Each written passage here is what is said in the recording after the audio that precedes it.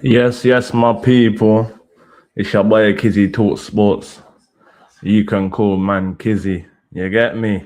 And listen, we're back with another one. I can't even lie. Man's been doing a couple of things. I didn't even see my boy there. Rotted. Hey, listen, we're back with another one, yeah? All Bleed Red, episode 5. You get me? We're there. But listen, obviously KJ and MIDO, they're soon forward, innit? They're soon forward. But listen, I can't lie, I see my broski there, man. I see him there, you get me? But listen, special guest appearance. Let me bring my brother up to the stage, man. You're sideways, Killy. Go on, man. One. Yeah. That's it. Well, go on, Killy. Yo, I'm here, my brother. That's what I'm saying, yo. What's going on? Man can't hear you, fam.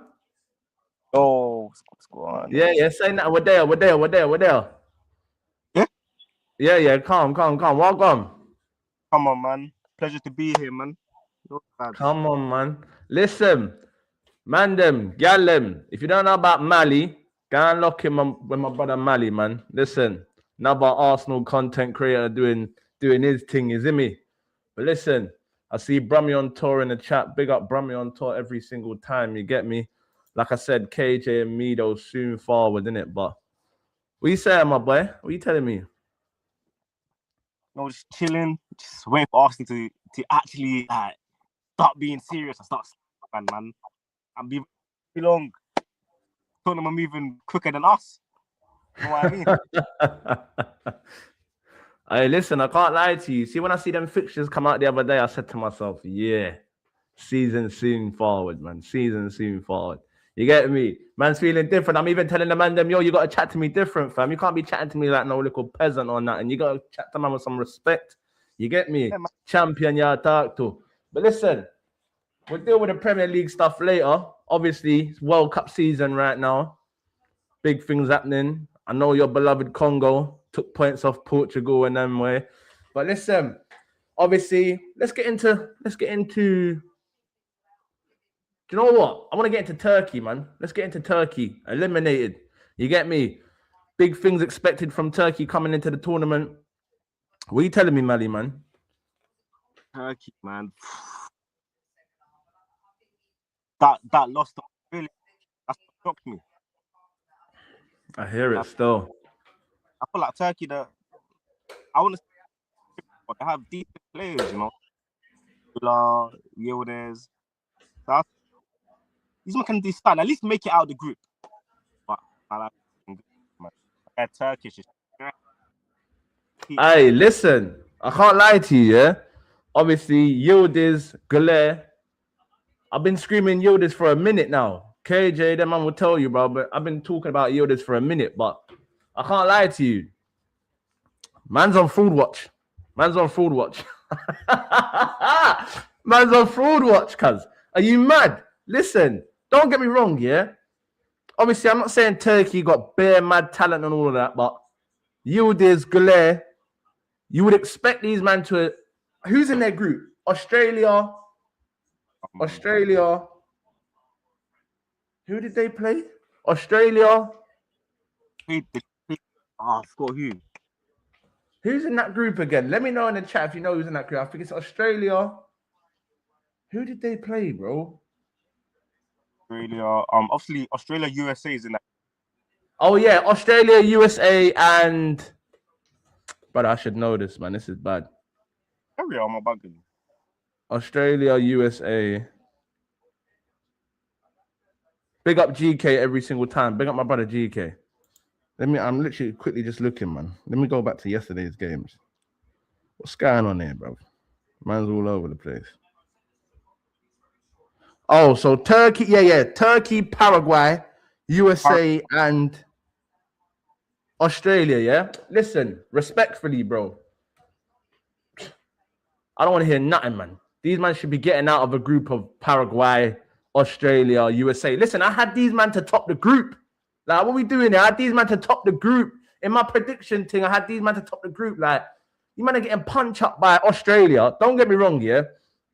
Like I said, I'm not saying the whole Turkish team is a bad boy team. But when you look at man like Yildiz, when you look at man like Güler, and you listen to the hype around these man and everything else, you expect some type of crud that these men are gonna mash. You get what I'm trying to say? Like, there's nothing to go on. Nothing. These men have been dead. They ain't even scored a goal. Not one goal. And they ain't even bucked USA yet. You get me? It's dark, fam. Trust me, bro. But listen, Yildiz, fraud watch. I can't lie to you. I've been screaming Yildiz for a minute, but he's on fraud watch, bro. I see it. Obviously, brother, man's not staying up till 5 o'clock in the morning to watch the Turkey games and that. I'm not even gonna cap. But the bits that I have seen, nah, man. I'm looking at man sideways now, bro. I can't even lie to you, bro. Big man thing. It's dark. But no, yeah, man. Obviously, Turkey. Gone. Proper dark, bro. Proper dark. It's mad. Who did Australia? No disrespect to the Aussies, them, but who did I have? But I couldn't name one player. Big man, I could not name one player. I think tell a lie. There's one youth that plays for them, and I think he used to play for Leicester City. I don't know if he still plays for them. Harry Sutar or something. He's a centre back. That's it. That's the only man I know. Bro, they got that Iran Kunda youth as well, isn't it? From Bayern Munich. That black youth, Hench, young youth, Iran Kunda, winger, rapid youth. Who's Riley McGree? What does he play for your team, Burton Albion? Who the fuck is Riley McGree, fam? I don't know that, Don. But listen, obviously, we won't spend too long on Turkey, innit? Like, I'll keep it true. Listen. Hey, big up the boy Hypes and big up Hyper every single Ross Clark time. You get me? He plays for Middlesbrough. Oh, say no more. I ain't never heard of him. I can't lie to you. But listen, man ain't gonna spend too long on Turkey because obviously we'll chat about England and whatnot. But I want to know, did anyone watch that Germany game last night? Did anyone watch that Germany game last night? You watched that Germany game last night against Ivory Coast? I missed it, you know. But I stood the brother, you missed one of the best individual performances I've seen from any player in a very long time, bro. Felix Nmecha, come to the stage, come to the front and Pussy Clark Center. Listen, yo, brother. Listen. I'm hearing Buadi. I'm hearing Alex Scott. I'm hearing Mateus Fernandez. Hey, listen, bring me Felix Nmecha tonight. I'm telling you now, bring me Nmecha tonight. Yeah? Brother? Go on. Like that? Brother? Yo. Listen, let me tell you something. Yesterday, bro. I'm telling you now, it's not even just yesterday, because he's been the best German player by a country mile in both games. Yeah? But yesterday, bro, I was seeing flashes of Yaya. I'm not even capping. I was saying, hey. Yo, like that. I'm telling you, bro. I don't give a fuck what no one tells me. The man said, Mali's sitting in a hotspot. Hey, listen. Don't watch Mali right now. But, yo, I'm telling you now, Nmecha, bro, I'm hearing 70, 80s, Mateus Fernandez, all of these. Bro, if I'm not mistaken, I think he's got like a year left on his deal at Dortmund. I think they're trying to sign him to a contract extension now. Yo, 40, 50 million, run that. Run that now. Big man thing, I'm not even ramping, bro. Listen, he is a monster. He is a monster. I don't care what no one tells me, bro, yeah? And this is my whole thing about, see when players play for a team, yeah, where there ain't hella ballers in that team, you ain't gonna like, obviously you'll see it, you'll see the tech, but you ain't gonna really see it to a consistent level. Do you understand? But when you put a baller around ballers, you're gonna see the baller ball out. Do you understand? It's literally that. When you put a man that's a baller around other ballers, that's gonna enhance a man's level. And this is what I'm saying to you, brother. Coming into this tournament, obviously, man know about Nmecha from his City days, innit? He was a young academy prospect at Manchester City. They let him go because obviously these men just got bare talent floating about, bro. So you get me? These men are dashing and they're just doing a madness. But yo, this youth I don't like. See now, after these 2 games, there'll be bare man chatting about him. Like, there's certain man that probably don't even know about him. But bro, man, now about Nmecha. But the one thing I will say, yeah, is he looks like this tournament, he's gonna announce himself to the world stage, bro, innit? Because if man didn't know about him, by the time this tournament's done, man's gonna be on the tip of everyone's tongues. Pause. You get me? But it's facts, bro. I'm telling you now. But that performance yesterday, I'm not even capping. When I tell you, glimpses of Yaya, bro, the way my man, he's defending the pot. Brother, go and watch the assist for the second goal. Go and watch the pass for the second goal. I'm telling you now, but I mentioned it in my video earlier. See the way the man them penetrate the girl them? Yeah? The pass. Brother, yo, brother, I'm not even capping. The way man penetrated the lines, cuz I'm telling you, it was exquisite. Redonkulous. You get me? I'm not even capping. I need that in my midfield. I'm not gonna lie to you. I'm seeing Bear Mateus Fernandez, Elliot Anderson. Go and bring me the IC3, bro. Bring me the IC3 monster. Yaya regen. I'm not capping. Man can do it all. Passing, on lock. Defensive actions, on lock. The goal that he scored against, who was it he scored against? Was it Curacao? Yeah. In the 7-1 drumming of Curacao. Go and watch the goal that he scored. I'm telling you, bro. This guy, I'm telling you now, whoever gets him, they're eating. They're eating. I'm surprised. And I was saying to KJ the other day, big up Godfrey as well, every single Ross Clark time. You get me, yeah?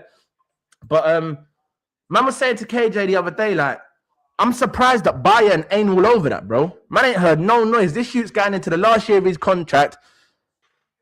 I would have expected way more man to be around him, innit? But I don't know what's going on. But I know if the man done watched that game yesterday, then you know what I'm talking about, bro. This shoot balled the fuck out. And the second, the assist for that Undav goal, it was nasty.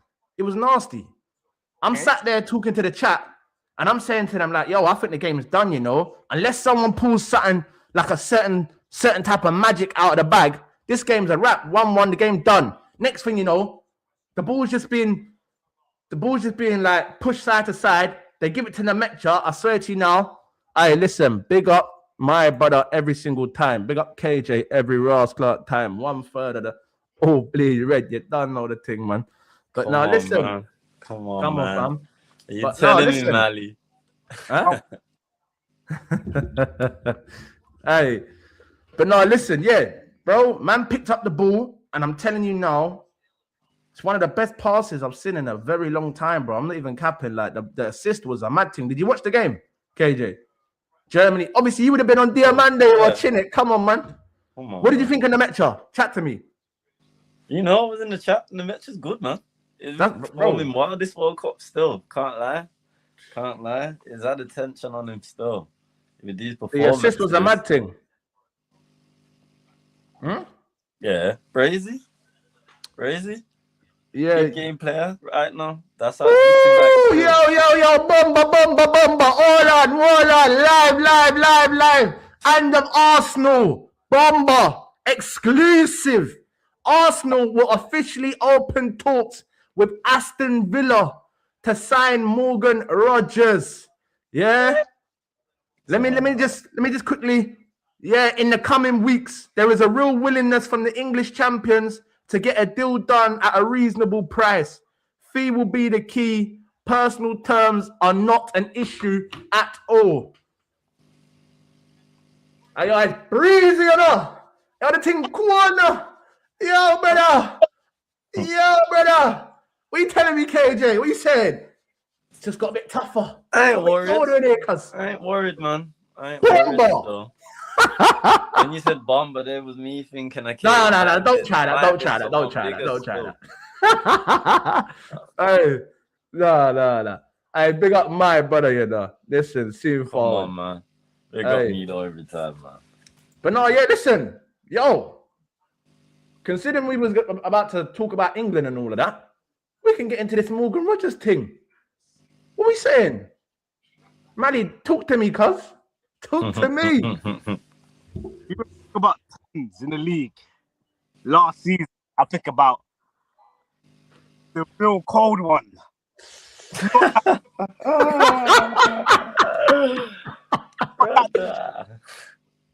got Morgan. Yeah. Talk to me nicely. Carry the ball. I move. He's gone. You know where he's on the field. We don't have that. Obviously, Eze can do a bit of that, but the way he does it is just different. Man. No, facts. I'll tell you, bro, drop the peas. Drop it.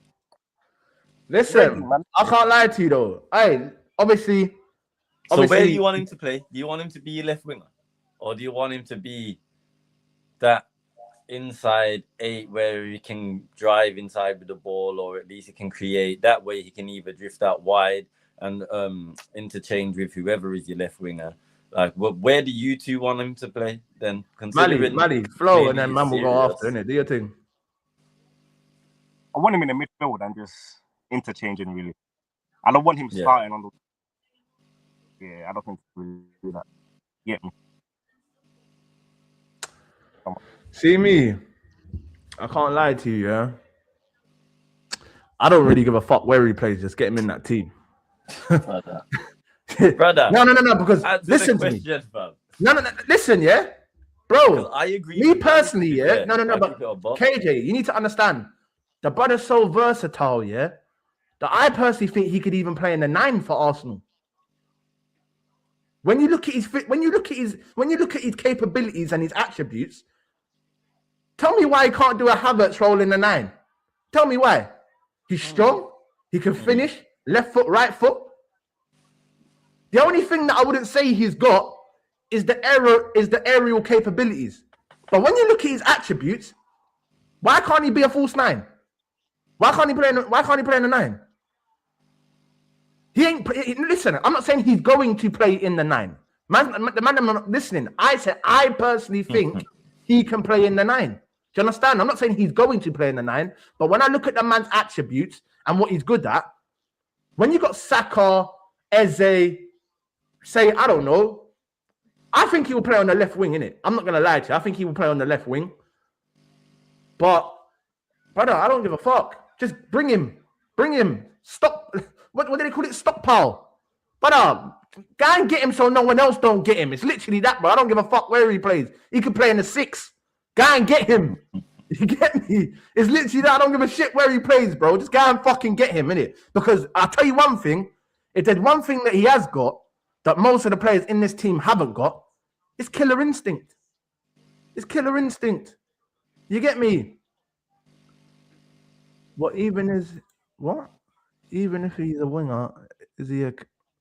But listen, he can play in the... Brother, he can play in the 8, he can play in the 10, he can play left wing. Me personally, I think he can play false 9. He can play off the right. Brother, he can fucking play anywhere, bro. Just get him to this team. It's as simple as that. Because I'll tell you something now, yeah? I'll tell you something now. Like I said, if there's one thing he has got, it's a killer instinct. We need more players like that, bro. And I tell you what as well, this might be the perfect solution for my guy, big blood clot Blockers. You get me? Because when you look, just hold on a second. Let me give you the idea that I'm getting. When you look at Ollie Watkins ain't the cleanest striker. Very, very clunky, very, you know what I mean? Touch a bit rash. Sometimes it bounces off of him, but he can finish. You get the ball to him in and around that 18-yard box, and man will done your dance. It's the exact same thing for Gyökeres. I'm not saying Gyökeres is the creme de la creme, but you put him in and around that 18-yard box on a consistent level, and the man's a killer. Do you get what I'm trying to say? Big up. Yeah, but Watkins allows big up Kai, man. Every single time. Big up Kai every single time. Watkins allows Rodgers to do the interchanging thing. That's the thing. I'm not saying Gyökeres can't do that, because we all know he likes to do that drift to the left thing. But the thing is when he does drift to the left, look, Watkins wasn't the most technical gifted of players either. He's clunky, as you said. But yeah, I'd probably say he's a bit more technical than Gyökeres is. And he was able to still give the little give and goals and things like that to provide for Rodgers into those spaces to keep him running onto the through ball from a 1-2 in it. So I think Gyökeres can do it, but it's like if he was to do it with him, then is that getting the best out of Rodgers more than it's getting the best out of Gyökeres? And I still think, even with Rodgers coming in, I still think you need to be getting the best out of Gyökeres more than anyone else in your front line, in my opinion. Yeah, but I think everyone else should individually do their thing and have to contribute in their own right. But I still feel like Gyökeres should be the guy who benefits the most from. But this is what I'm about to say to you. Yeah, even though he's a killer, he's very selfless, bro. He's very selfless. He's a killer, but you can tell, yeah, his main targets is not necessarily scoring goals, bro. He looks like he loves assists. Do you get what I'm trying to say? He looks like he looks like he loves to be the man that beats 3 man and puts it on a plate for the next man. Do you understand? Even though he has got that killer instinct in him. GK says, I can't lie. Huh? I could argue that's because of Mikel. Because when I was seeing him doing up friggin' the Portuguese league and that, yeah, I was seeing him doing the link-up thing and all that. But that was I'm talking about Rodgers. I'm talking about Rodgers. Goals. I'm talking about Rodgers being selfless. Selfless thing. Oh, yeah. Carry on, my bad. I'm talking about Rodgers being selfless, innit? And actually, because, listen, I'll tell you one thing now, yeah? Saka's my winger. But Saka's not a selfless guy, bro. Saka's there to get his own numbers. Do you understand? Yeah. There's been enough times this season. Saka is my winger. You get me? One of them ones. But yo, there's been enough times this season, yeah, where Saka could have put the ball on the plate for a man, and he didn't. I don't remember if you saw against Chelsea. We played Chelsea in the cup, yeah? Ben White. Saka could have put the ball in. Ben White puts the ball in. Saka tries to come over and celebrate with man skinning teeth. Man said, come off me before me thumping your man, idiot boy. You get me? Man said, don't let me lick out your teeth, them. Yeah? Come off me, bro. Talking about you want to skin teeth and celebrate. I just asked for the fucking ball. You didn't even give it to me, bro. You know what I'm saying? I said, get off me. And listen, big up MIDO every rascal time. Yeah, you're on mute, my G. Come on, man. What are you telling me, lads? What you saying? Big up. Big up Mali. Big up Mali, bro. Have you seen me in the chat still? It's a debut on that, yeah? Big you up, G. Hey, listen, MIDO, chat to me, bro. Obviously, hand of Arsenal just broke the, Arsenal look to open talks with Morgan Rodgers over the coming weeks. What are you saying? JM shaking. Listen, he's a good player, bro. You know my thing, innit? But I've been saying, bro, he's just an English Cunha, you get me? Like, yeah, he's versatile, but there's a certain point where you're like, all right, I need a bit more. And that's my thing, innit? Like, he's great, jack of all trades, master of none, innit? I hear it. I'd say I hear what you're saying, but I think what he thrives at is one of them man who thrives at that third man run, innit? That late run, like that's an art within itself that's lost within the game. Just like how man was talking about, like how forwards don't really take snapshots anymore, things like that. Like they're rarities now, innit? And that's the one quality that I say it thrives in the most, which is why you do need him, especially when you're going forward. You need him to keep that momentum driving forward so we can get on the end of things rather than him getting forward just to stop and then it becomes predictable or it becomes readable by opposition when they shut down passing lanes or just spaces where he would normally drive into. You got to ask yourself, if he's occupying the left and the central areas here, where's Eze going to play, bro? I think we're going to get rid of Odegaard. I can't lie to you. I think Odegaard leaves this summer. I'm not going to lie. That's another bomber in itself, though. Dude, brother, the man them know I've been said this, bro. I don't think there's a place for Odegaard no more. Like, as much as... See me, personally, I would keep him for another season. But you see my thing, yeah? Bro, the style of football that we play... for me personally, has not helped Odegaard one bit, innit, yeah? Odegaard, don't get me wrong, he can dictate the game and he can control the game, but that's not his best attributes, bro.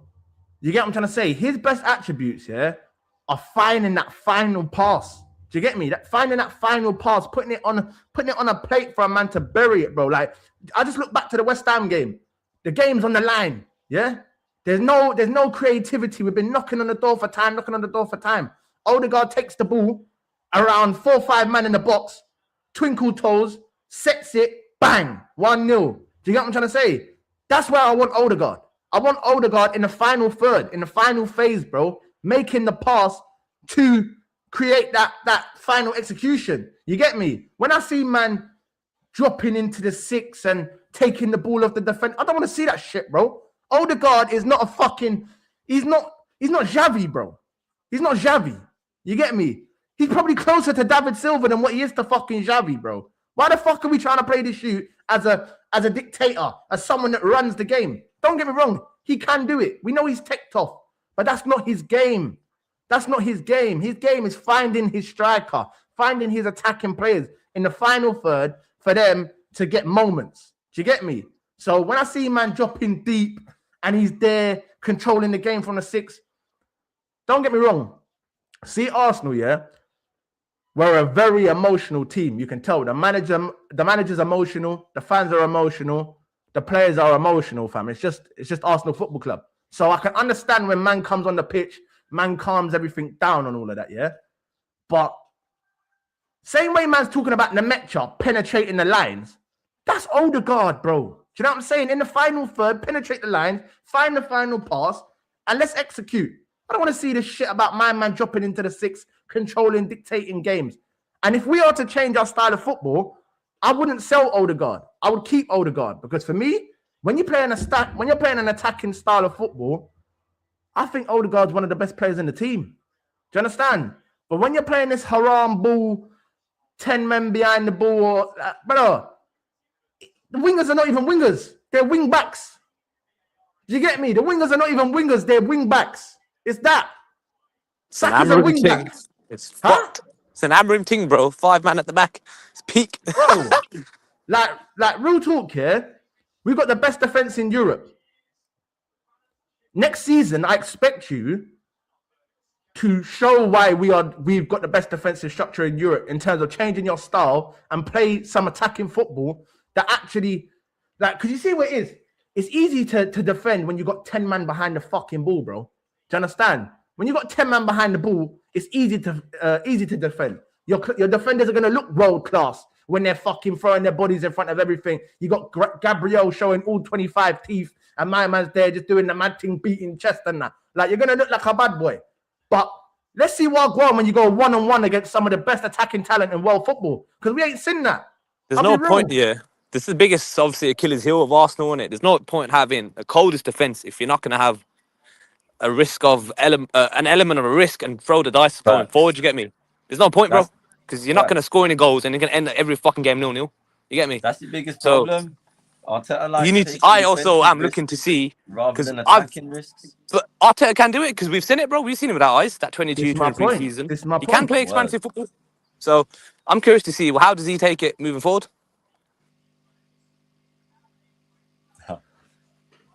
I told you, bro. The money's there, fam. Make sure you got my money, blood. We're winning that fucking Champions League, bro. I don't know why man think this is a joke.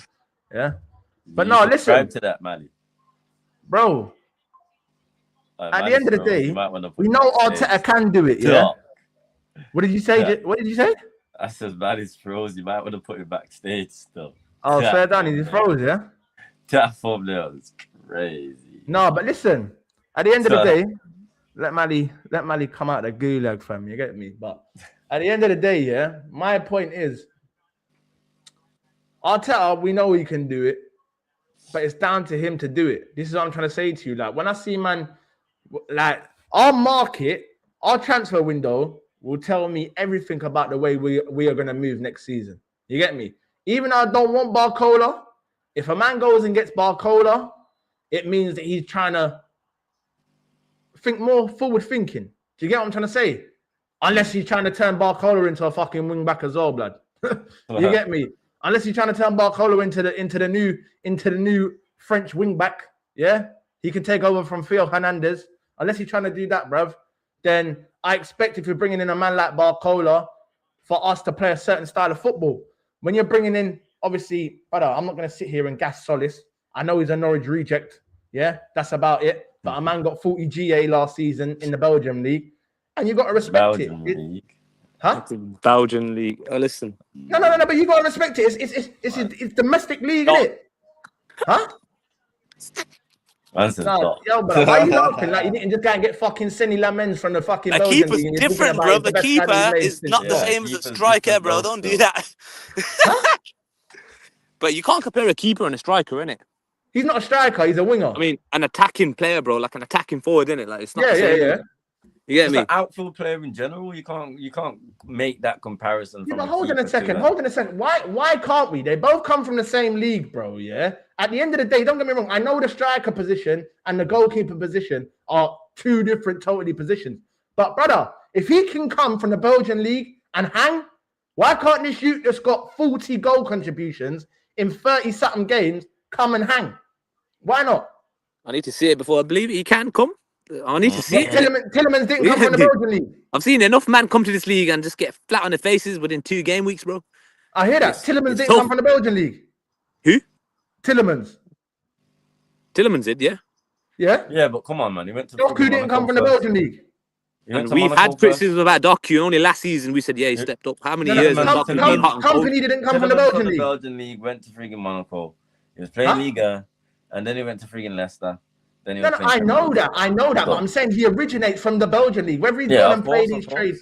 But you're saying coming from the Belgian league, fresh off the fucking conveyor belt into the Premier League, slapping goal. That's different. No, I hear it. It's a different thing. It's a different kettle of fish. I definitely hear it. Yeah, I definitely hear it. But then I say, all right, cool. I'll use Doku as an example. People, brother, I'm listening to Never a Foul earlier, bro, and I'm listening to man glaze Doku like he's the best thing since sliced bread. This nigga scored 11 goals in 3 years. Man, see a little. What is it? Brother, the little shimmy and that inside outside. I think I got that. But listen, brother, man, seeing Doku do a little lean and bop, and these men are gassed. You get what I'm trying to say? Oh, brother, yo. But it didn't come fresh from the Belgian league. Next time. Don't watch that. But man saying a little lean and bop, and these men are getting gassed over Doku, bro. Respectfully, yeah? Man's done 3 months worth of graft, and then what? Man's the best left winger in the league. Fuck off, bro. Do you know what I'm saying? Like, brother, I don't want to hear that shit, bro. Big man thing. Don't get me wrong. I'm not saying Solis is going to come here, get 35 GA in the Premier League. I'm not saying that. But, brother, I'll tell you one thing. I'd rather go and get him for 35 million, yeah, than go and do what the fuck KJ did last season, bro, yeah? Go and blow the bag and end up Brock, yeah? Brock down, no vision. Obviously, you're not Brock. You got money to spend, but I'm talking about the vision. The vision was, domination in the location. Shout out Deji on that one. But that's that was the vision. The vision ain't popped down. The only 5 games into the season, that vision was dead. Gone. That vision was dead. 5 games in. I was the first to say that my man's vision was dead. Listen, it was dead when they got broke up by Japanese All-Stars. Facts. Facts. Calm. That was last year. You get me? This year, yeah, different vibes, different settings. You're rubbing hands. Yeah. You're rubbing hands. Yeah. Brother, I can't wait for this Premier League prediction. on a Smithers thing, yeah. I can't wait. Because listen, see what it is. Thing. Hopefully Victor Munoz and Diamande can bring you a league title, innit? I didn't say that. What, you gonna cry I now? didn't say that. You gonna quiet now? What you say? You gonna quiet now? What's going on? I ain't gonna quiet. Man, them know what I've been saying. And I thought you was coming for your chain back. Not once have I said we're gonna win the league. That's on you, man. Tell him, hey, yo, listen, don't tuck that in, bro. Make sure you got that out, Mally, bro. Tell him, come get your shit, G. Come get your shit, fam. You get me? However, am I scared? The fact that you, man, are favourites and should be winning the league, and I'm not scared of that or worried about that, that should be a problem for you, man. Brother, we don't give a shit about you, man. You don't need to give a shit. You don't need to. But I'm telling you, hey, look, you, man, can have the chest that you've gotten. You can have it, but at least allow me to talk my shit, which unfortunately you don't agree with, but I'm gonna stand on my business. I ain't afraid of you, man. I said that. He said the same bad boy shit last season and got himself punched up.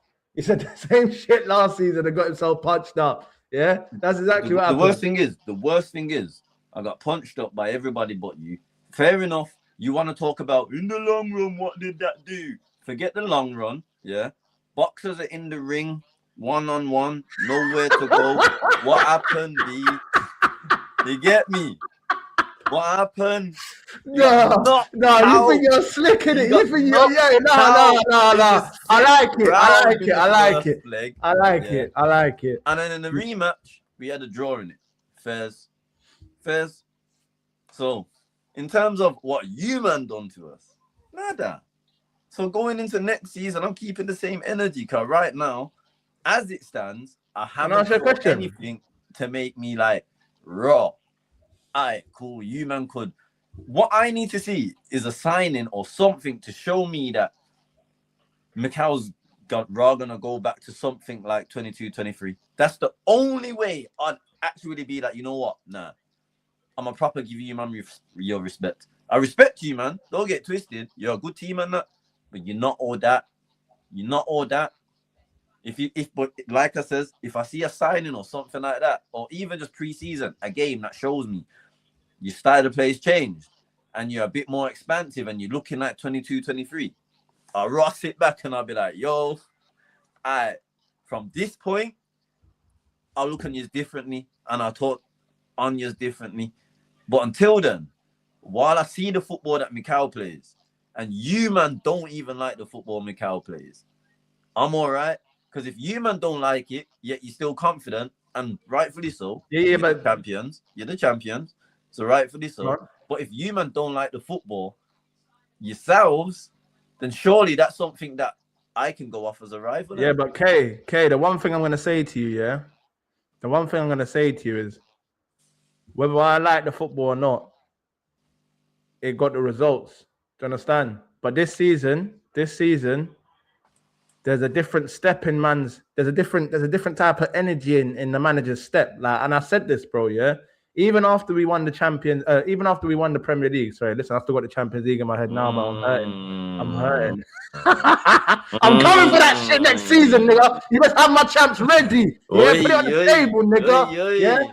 Hey, no, but listen, big up the brother, shells every single Club time. Man. My brother Andros Townsend, big him up, man.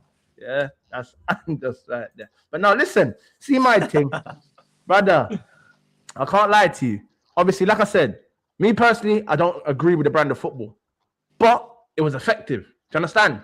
But now that a man's got the Premier League behind his back, yeah, even after we won the Premier League, yeah, obviously the players, they had a party, little shubs and that. The manager's there. The manager's there, yeah, talking about we're going to win the Champions League. Brother, let me tell you something now. See, 6 months ago, a year ago, he ain't telling them players on Saturday we're going to Budapest to win the Champions League. He's telling them, guys, we're going to compete, guys. We're going to give 100%, guys. Yeah? If we win, we win. If we don't win, we competed. I don't want to hear that shit, bro. We're going to win. And that's what I'm talking about. Whether we win or not, man said we're going to win. Not compete, not fucking pray for it. We're going to win. And that's the fucking shit I want to hear. That's the mental shift in a man's brain to say, yo, I hear it. Man got my prem now. Anybody can say it, but I hear it still. No. Listen. But KJ, listen. When you've listened to a man for 6-7 years talking about we're going to compete, guys. We're going to compete, guys. I feel fire, guys. Fire. Yeah. When you hear that shit for 7 years, bro, and then you hear a man talk about we're gonna go to Budapest on Saturday and win the Champions League. That's the fucking shit I want to hear. That's what I want to hear. I don't want to hear about all this compete. I'm not Burnley. You know what though? I'm not Bournemouth. I'm Arsenal Football Club. I'm going to win. That's what I want to hear. I hear it, yeah, but this is like the one thing that Liverpool fans are slated with all season. Right message, wrong messenger. It can be that type of thing. Man could have been listening to him for 6 years and still don't want to hear his nonsense. They're with the man them. The players, them. No. I don't want to hear his shit no more. This is what I'm saying. When I heard him say we're going to win the Champions League, I said, hold on a second. Some of the fan base as fans don't want to hear his shit either. Like, obviously, you was at a point where at the end of the day, whatever it took, just get across the line. That's the point he was at going into last season, innit? At the end of the day, whether it was Premier League or whether it was Champions League, get across the line. A League Cup, FA Cup, that wouldn't have been enough, in you guys' opinion. Am I lying? Never enough. Never enough. So by that metric, like, I understand last season. I'm not even man can criticize or be like but when you play football like that, the only thing you have to do is get across the line, especially when you're at the phase that you guys was in. Same with us if it was our team. But the point I'm making is players could have already been tired of listening to his nonsense already. Not necessarily the new players or the recent players. What did I players say? who have been there along the journey in it. I wouldn't necessarily say your Sakas, because I still think, or your Erdegaards, because even though they've been along the journey, I still think they still buy into what Mikel's trying to do and his system and things like that. But I could argue your Gabriel, yeah, he might play like he agrees with it and things like that.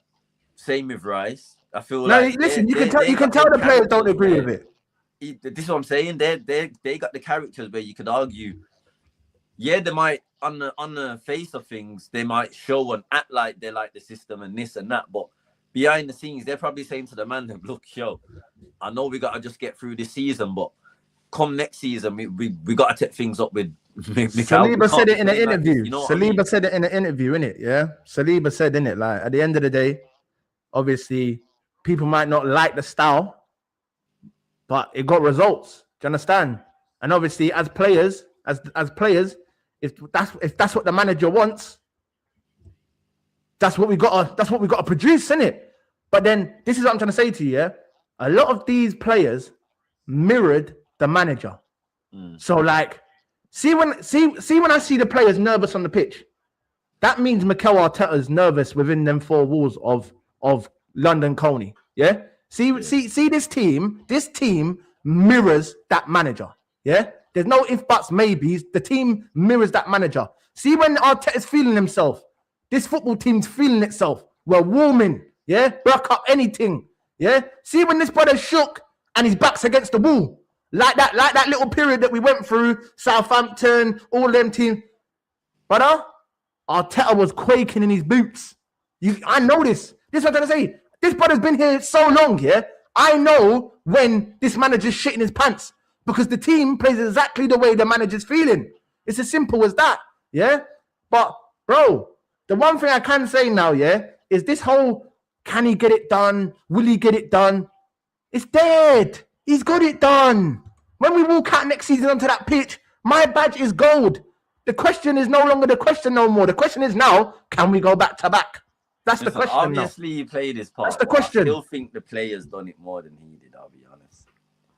Yeah, but bro, listen, at the end of the day, yeah, the players can want what they want, bro. I don't give a fuck, bro. No, yeah? I didn't the say manager what was they playing want. a certain style. In terms of your league win last year, as much as Mikel, obviously, it was his system, his setup, his group of players, I still feel like the onus, and obviously it's the players who are on the pitch. So before anyone wants to be smart and technical, obviously the players freaking want it. But what I mean by that is, I feel like it was the players who got you over the line more than Arteta got the team over the line, if you get what I mean. Mali. In the moments where man needed to step up, I don't necessarily feel like... Look, there was obviously games over the course of the season where Mikel's made a substitution and that's impacted the game and you've got to win from it. But overall, I feel like the moments came from the players who was already on the pitch or something like that, or players who are known for stepping up in somewhat big moments. Your Gabriel, your defenders from set pieces, your Rice's getting assists from set pieces, or whether it's a last minute goal from edge of the box or whatever. Your Eze's in moments of individual brilliance. Your Gyökeres poaching when it finally matters and things like that. Like, I feel like that was the players that pretty much got you across the line. Because remember, the one thing man was questioning all the way to the end was your players' mentality. Does your squad have the mentality? And even I questioned it all the way to the end. Bro, I said from early. I think it's still a question. Like the players. It's still a question, bro. It's still a question, but I still feel like I feel like it was the players that literally got you across the line in the end more than it was Mikel Arteta's. It was. Yes. No. There's one thing. There was one change that changed that whole muggy period, and it was Yo, you took the words right out of my bumper clock mouth. Yeah. This move here changed the outlook of our season. Oi, Yeah? Kizzy, how, bro? We said this how many fucking months ago that you should have Mido, slapped I was Skelly just about and to dropped say Luba that, Mendy? though. Mido, bro, listen. How many months listen, ago, bro? listen, We gotta know listen, badges are not in, bro. You get I'm me? only some little dickhead, yeah, on YouTube, bro. But I know what I'm talking about. I'll I keep it told a man, buck, put yeah. Skelly in this That was midfield pressure from and let the the man fans. do his thing. That was You pressure get from me? the fans. Them man was seeing the football scene on social media, hearing the outcry and that, hearing all the slander Zubimendi was getting. Let's be real, because even the game where he started, it was against it was the semis, isn't it? Atletico Madrid first leg. And obviously, you, Kizzy, you definitely said you wanted him to start, but man was unsure on whether Mikel would start him. And then when he was in the starting lineup, man was like, raw. Even in the Champions League final, I thought we were going to revert back to type, innit? In the Champions League final, I thought we were going to revert back to type. And when I saw Skelly in the midfield again in the final, I said, yo, the man's found his midfielder now. He's found his midfielder now. He knows who he can count on in the trenches. He knows. And this is what I'm trying to say to you, yeah? Obviously, Arteta's talking about, you know them ones there, you know, like when a manager puts something together and it works. My man tried to go on like he had it in the cupboard waiting for it to cook, and then you didn't have nothing, blood. Fuck off. Yeah, don't rant with me, bro. You put him in there because your paella eating dog was stinking out the thing. Yeah. And literally, Norgard ain't doing nothing. Yeah. You don't want to put Odegaard at the base because it's too attacking and we look absolutely all over the place with them man, all three of them in the midfield. So your only option was either to put Calafiori in there or to put Miles Lewis-Skelly in there. And let me tell you something now. Calafiori's good, but he ain't no fucking midfielder, bro. Yeah, he's good. Don't get me wrong. I know man see the little long hair and that. I know he's got the nice left foot, right foot finish. Don't get me wrong. I hear it. But he ain't no midfielder. Miles Lewis-Skelly, I've been saying for the longest, you are hampering this geezer right now. You're feeding him to the wolves, playing him at left back. He is not a left back. Do you understand? When he come in and done the job for however long he did, that's a young guy trying to announce himself to the world. That's not his natural position. Do you understand? So this is why when the second season comes around now and Skelly's no longer the new youth on the block, man think that they can get at him, and you're seeing man get yinged up. It was only right that he took him out. Yeah, it was only right he took him out of the left back position. But this youth should have been in the midfield from early. But we know that Mikel's a youth disrespecter, though. We know this. Huh? We know Mikel's a youth disrespecter, though. Yeah, but he's they not, don't though. really respect the youth for the academy like how he should do. Let's keep it a buck. The reason why Skelly and Wanyeri got their opportunities to begin with was because of injury crisis, not because he decided, I want to give them the opportunity. And that's the issue. Because, listen, Kizzy, you already know me and Mido stance on Wanyeri. You know we rate him highly. We're rivals. We're both saying, listen, pass him here. We're taking my eye clubs. Happily. He's a threat, different. And your manager spends 52 million on a fucking scrub, bruv, yeah? Bro, man spent 52 million on a third choice right winger, and he already had a guy there who was, 17, 18 years old that's put the same amount of numbers. Do you understand? You could argue, even though that season amounted to nothing, you could argue in the moments where it mattered, Ranieri did more that season than Madueke did at Chelsea. Facts. Talk about it. I'm tired of that guy. Tired of him. Flow. Let him go. I need to see the crash out because he's on what I'm on, innit? I know he don't rate Madueke. I fucking don't rate that guy at all. Go on, Flow, do your thing. I am the president of Madueke hate. I am the president. Tired of that you, bro. Can't do nothing. Can't dribble, can't pass, can't score. Why are you here? He should have got a say, not my man. On Zeno Records.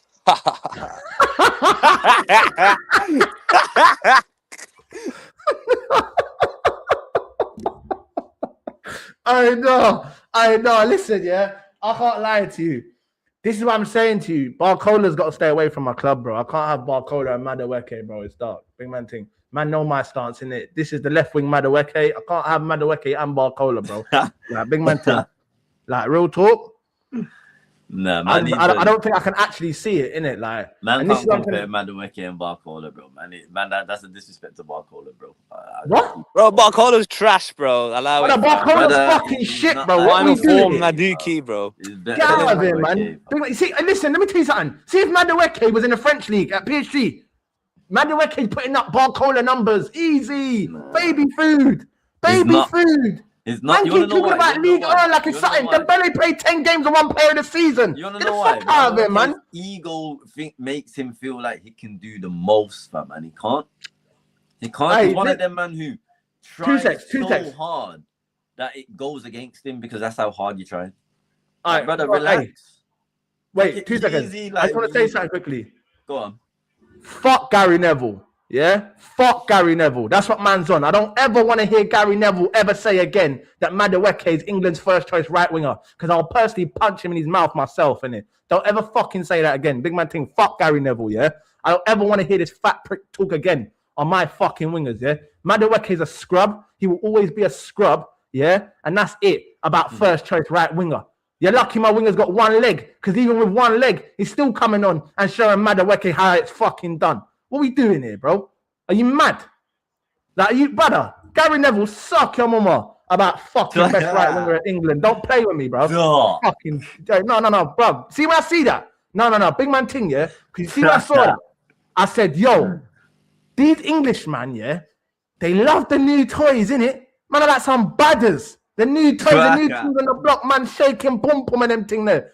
Dirty boy. No, real talk, man, talk about best right winger. Are you fucking mad? I'd rather play Rashford on the right wing than Madueke. Don't make me punching your shit, bro.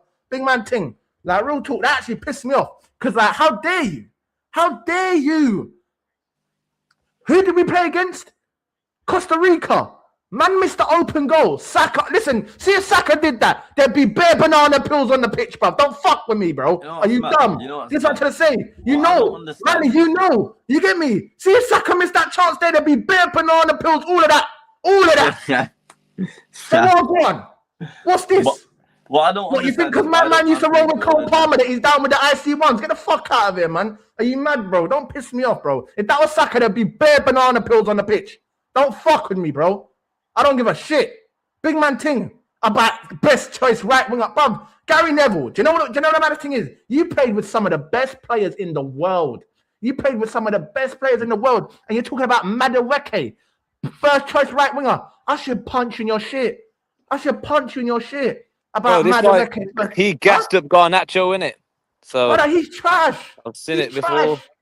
Gary Neville's there shaking pum pum and that for Madueke. Get out of here, man. Yeah, that was, bro. You see why United fans hate him, innit? He's a pussy, bro. It is what it is. But that's your legend. He's a dickhead, bro. He ain't my legend, bro. Fuck him. Man played behind David Beckham. Man played behind David Beckham, and he talk about Madueke, first choice right winger. You're taking the piss. Big man thing, you're taking the piss. Real talk. But listen, fuck Gary Neville anyway, yeah? Back onto the conversation that we was having, innit, yeah? At the end of the day, me personally, we've got to change our style of way of football, and that's where I feel like we get better, innit, yeah? We change the style. Me personally, I think we played that style because Arteta was just shaking in his boots, fam. Man shook. You know what I'm saying? Man's finished 3 times in a row second, yeah?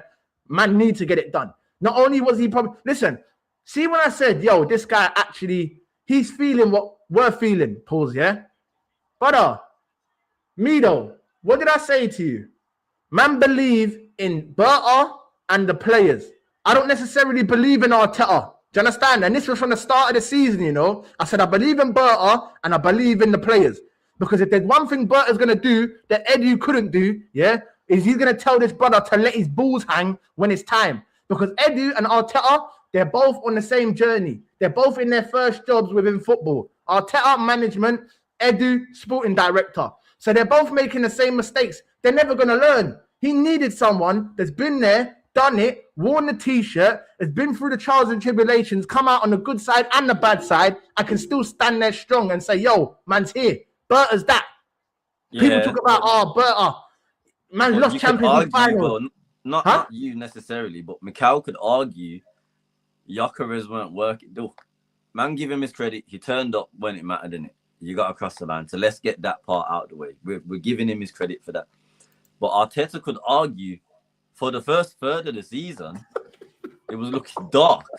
Let's keep it a buck.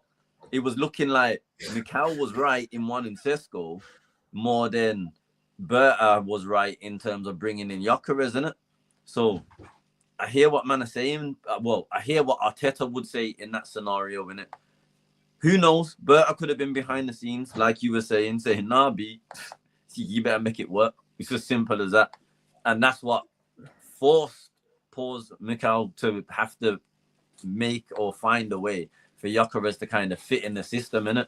So it's one of them ones, hey, innit? It's one of them ones, but the minute Havertz was back fit and we all saw him revert back to type, even you guys kind of crashed out when you reverted back to type. Not necessarily though, you know. Not necessarily. He reverted back to type for the final, but I will say this, yeah.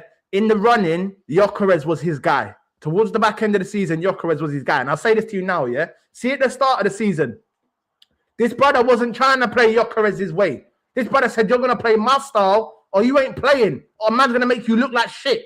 Man's literally going to make you look like shit. And that's exactly what happened in the first half of the season. He tried to make this guy play his style of football. That's not his style, bro. My man's not tech tough like the rest of these, man. His best attributes, yeah, are running in behind, play the ball into him, and have man that can play off him. This is why I was always saying, yo, Eze, if Gyökeres is playing, Eze has to be in there, bro. Or even a Marino or something. Because these, man, they work off second balls, bro. Do you understand? They turn second balls into chance creation. This is what I'm saying to you. Morgan Rogers coming to Arsenal could be the perfect signing for a man like Gyökeres, bro. Because this is what I'm trying to say. You need man in and around this guy. We know his first touch ain't the greatest. We know his first touch ain't nice. It's sloppy. Do you get me? So he needs man that are in and around him that want to penetrate the spaces to get in behind and cause damage. It's as simple as that, bro. You get me? And for me, if I'm Arteta, I'm building my team around Gyökeres, bro. It's as simple as that. The guy scored 100 goals in 2 seasons. I don't give a fuck if it's the Portuguese league, bro. When you got a man that can find the back of the net like that, yeah, build the fucking team around him, bro. Get the brothers that are gonna give the ball to this guy to get the chances. Yeah, brother, word though. Huh? That's his word. I'm agreeing. Brother, the man had, bro, listen, man, them are taking the piss out of him. Timberland boots, jeans, all of that. Brother, he scored the most goals. He scored the most goals of any striker Mikel Arteta has had in his first season while his time has been at the club. And I know I said this to you before. You were talking to me about Aubameyang and all of this. I hear it, yeah? But what I'm saying to you is when he's decided to bring strikers through the door, since he's brought strikers through the door, this guy's been your best output person in terms of striker. But guess what? The first half of the season, you weren't trying to play to his strengths. Second half of the season, you did. And he was one of the best goal-scoring attackers in Europe. So what it shows you is, yeah, is if you play to the guy's strengths, he'll cause damage. Do you get me? It's as simple as that. But listen, Mali, I want to hear you, bro. I ain't really heard much from you. What are you saying? Well, on the style of play or on Gyökeres? Brother, the whole thing, fam. Listen, I'll be real. I'm not even gonna lie.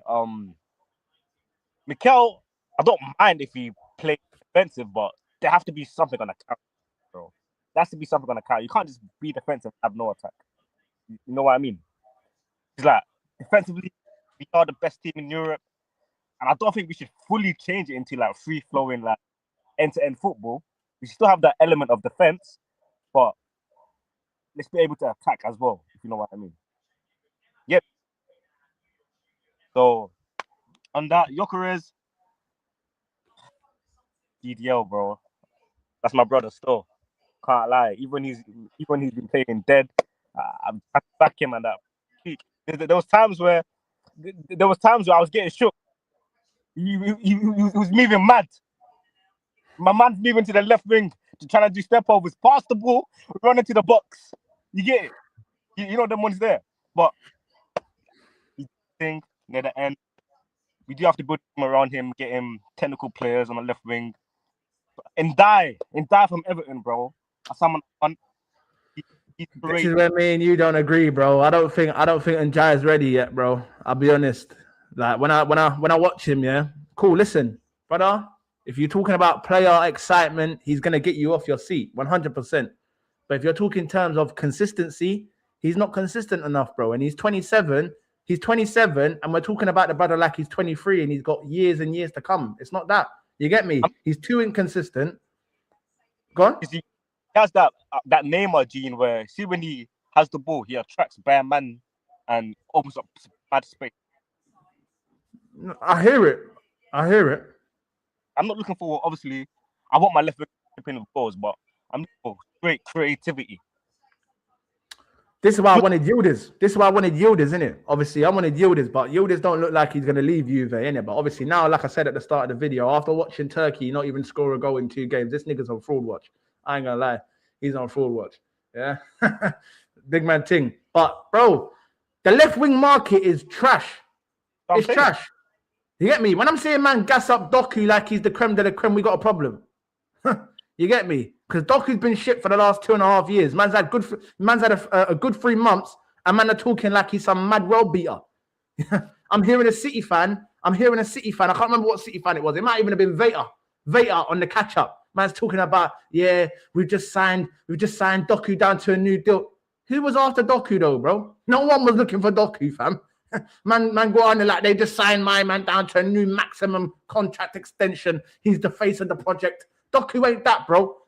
This brother's still trying to find himself. It's literally that. He still ain't the finished product. Do you understand? And I'm not saying he's a bad player, but I'm saying if Doku is the level of left wingers in this league, man, then we've got a problem.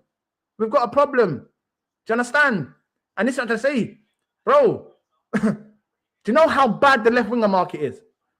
On my life, on his day, Rio Ngamoa is one of the best left wingers in the Premier League. And he's 17 years old. And we ain't even seen the brother get game time like that. He's one of the best left wingers in this league. And he's 17 years old. Man could argue Dauman is as well. Huh? Man could argue Dauman is as well. Brother, like, come on. What are we doing here? Left wingers, the market's bleak. People you know take what the it picture. is? Go on. It's especially with Rio and Max, yeah. Them man ain't been systemized yet. These are the men that get to play with, same with Wanyeri. But the difference with Wanyeri is, I don't feel like he's not systemized because he's a young player coming through playing his game. How Wanyeri plays, he's got a maturity to him where he's not playing no systematic football, brother. Mikal can't try and mold him into some robot. Not him. That's the vibes I get from Wanyeri, like, and he's a problem. Creative, a threat outside of the box, got eye for goal himself, can play the eye the needle pass. Listen, these are the players that we want to be seeing. Players who are gonna fight back, pretty much like bring the expression and the freedom back into the game. The only way it's gonna come back is by players actually saying, yeah, we're gonna play in your system, but I'm gonna play my way in your system. No, I hear Problem it. is, though, if they keep doing that, yeah, they're going to be told, hold the fucking bench, big man. And then see your ass out on loan, so... No problem. Every team can every team afford to be benching their star wingers? MIDO, how much you got from me? How much you got from me for this 1 year of you? Huh? How much have I got for you? Yeah, how much you got from me? Listen, yeah, if man like Nonzino's going for 55, yeah, he's calm. You can hold a calm 60, and that's pure profit, innit? And then we keep it stepping, bro. I want to buy back clothes, though. Nah. Chill on that, innit? And who 1 year? You can have a sell on. You can have a sell on, not a buyback. You know what it is? Yeah. See, for me, obviously, bro, I love Wanyeri. Pause. You get me? That's obviously it's Hale End, isn't it? These man, they're one of us. Do you know what I'm saying? They are us. Do you know what I'm saying? In terms of like man that are from London that support the club, we see us in them. Do you understand? These youths that come through Hale End, innit? So it's never nice to see your academy products go, especially top tier talents, yeah. But when I look at the Wanyeri situation, bro, you see Morgan Rogers coming in, Madueke's there. Dauman looks like he's now in front of Wanyeri, yeah, which is madness, by the way, yeah. Even though Dauman, the talent is undeniable, But for a man to just turn 16 and for him to be sent away on loan, they bring in a new winger for 52 million. That tells me that the manager sees more in Dalman than what he does in Wanyeri. Do you understand? Because Dalman could have easily gone back to, just training with the first team, but you're still playing youth football. You get But me? it makes no sense. It makes no sense because the one issue that Mikel's had is the one thing when he finally found it this year in terms of just playing Skelly where he should be playing, high risk, high reward. Yeah, it was a risk, but the one thing Mikel's known for is doing defensive risks rather than attacking risks. If you're a risk taker, what risk taker takes defensive risks, bro? Is that really a risk? Really? Let's keep it a buck. There's only risks in trying shit, in experimenting. And with Wanyeri, look, he came in. He's not a right winger. He came in. That's where he made his impact and whatnot. That's where he showed what he can do. But just like Skelly, in my opinion, Wanyeri was the perfect replacement for Ødegaard. Ødegaard was injured how much times this season? Perfect replacement there in Wanyeri. Comes in. And furthermore, I think it gives you even more creativity than what you would have had or what you have had throughout the course of the season. What we've got. On top of that, he's a threat from outside the box, just like Eze is. But the difference is Eze was being molded into what Mikel wants, and you could see it in his style of play. He was trying to implement what Mikel was asking him to do. Whereas with Ranieri, like I said before, he's just got that. I don't give a damn. Edge of the box. Mikel says we can't shoot from here. Play the easier pass. Now I'm dumping this, slapping it. Them ones. See, now this is my problem with Wanyeri, yeah. And just quickly before you go, if you think Ødegaard's going to be shipped out this season, then why do you need to go out and replace Ødegaard when you got Wanyeri coming back off from loan? Well, this is what I'm about to say to you, yeah. This is what I'm about to say to you. As much as Wanyeri has got the talent and the world at his feet, yeah, he does have a tendency to go missing in games, bro. Do you understand? Young, innit? Huh? Young, innit? So that's No, I hear it. No, I hear it. But then I'm going to say this to you. Yeah? Wait. Let me run it back. Dalman comes on the pitch, yeah? Please tell me why Dalman comes on the pitch, bro, and you can't not see Dalman on that pitch. Do you understand? Every action, every ball, you see Dalman on that pitch. There'll be times where I'm not going to lie. Man's a Wanyeri guy. I love Wanyeri, yeah? But, bro, I'm not going to lie to you. He does have a tendency to go missing in games. He does. And that's his biggest problem. Probably his concentration span. Maybe his IQ isn't the greatest. And he's got lapses in concentration, innit? But he's a young player. So you can't really be too harsh on a man, yeah? But at the same time, we're no longer fighting for top four, bro. We're fighting for Premier League titles, Champions League titles. We ain't got time to be fucking mollycoddling and feeding baby bottles and that, bro. Do you understand? This thing's cutthroat. But then on the flip side to that, you could argue he's made an impact in the season he was called upon, in the limited amount of game time he's done. He's exceeded expectations because he just came in to do a job. He'd more than done a job. And as you know, he's a rude boy. You think any man that's now got a taste of Premier League football, regardless of whether it's 30 minutes or not, wants to play less minutes? You mad?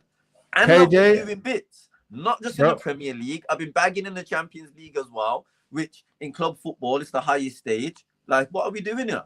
I can understand from his perspective why he'd probably got a little attitude or something like that, and why he's got a little lapse in concentration for a split moment on the pitch, because he's probably vexed, thinking he's looked over, he sees a man warming up, and he's like, I know I'm first sub. If you've played ball as well, and you know, brother, if you know you're gonna be first sub, you're already vexed. You know what it is, KJ? You know what it is, yeah? You're playing this one half, and then you're coming off.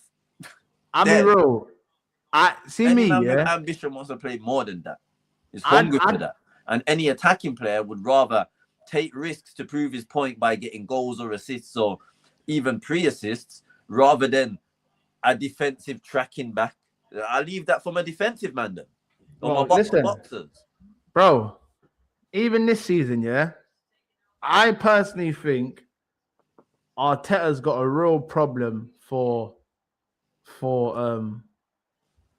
players expressing themselves all the time. Yeah. So like let's just say like boom, my man worked under Pep. Yeah. Pep has this thing around him where they say that he doesn't allow his players to express themselves to their highest potential. Yeah. Because they're so regimented in their ways. They're so stuck in their ways, bro. Yeah. That it's their way or the highway. Do you understand? Yeah. And I think a player like Nwaneri, you can't really put the shackles on him like that because you're taking things away from his game. Do you understand? Yeah. See where the position that we're in right now. We're in a cutthroat position, bro. So like the manager, we can't afford to be fucking about, bro. That's the point I'm trying to make. We can't afford to be fucking about, bro. We ain't got time to be waiting for man to get up to speed. This is why man are even calling for the captain to get get slung. Do you understand? Because the man them are saying, "Yo, bro, we're here.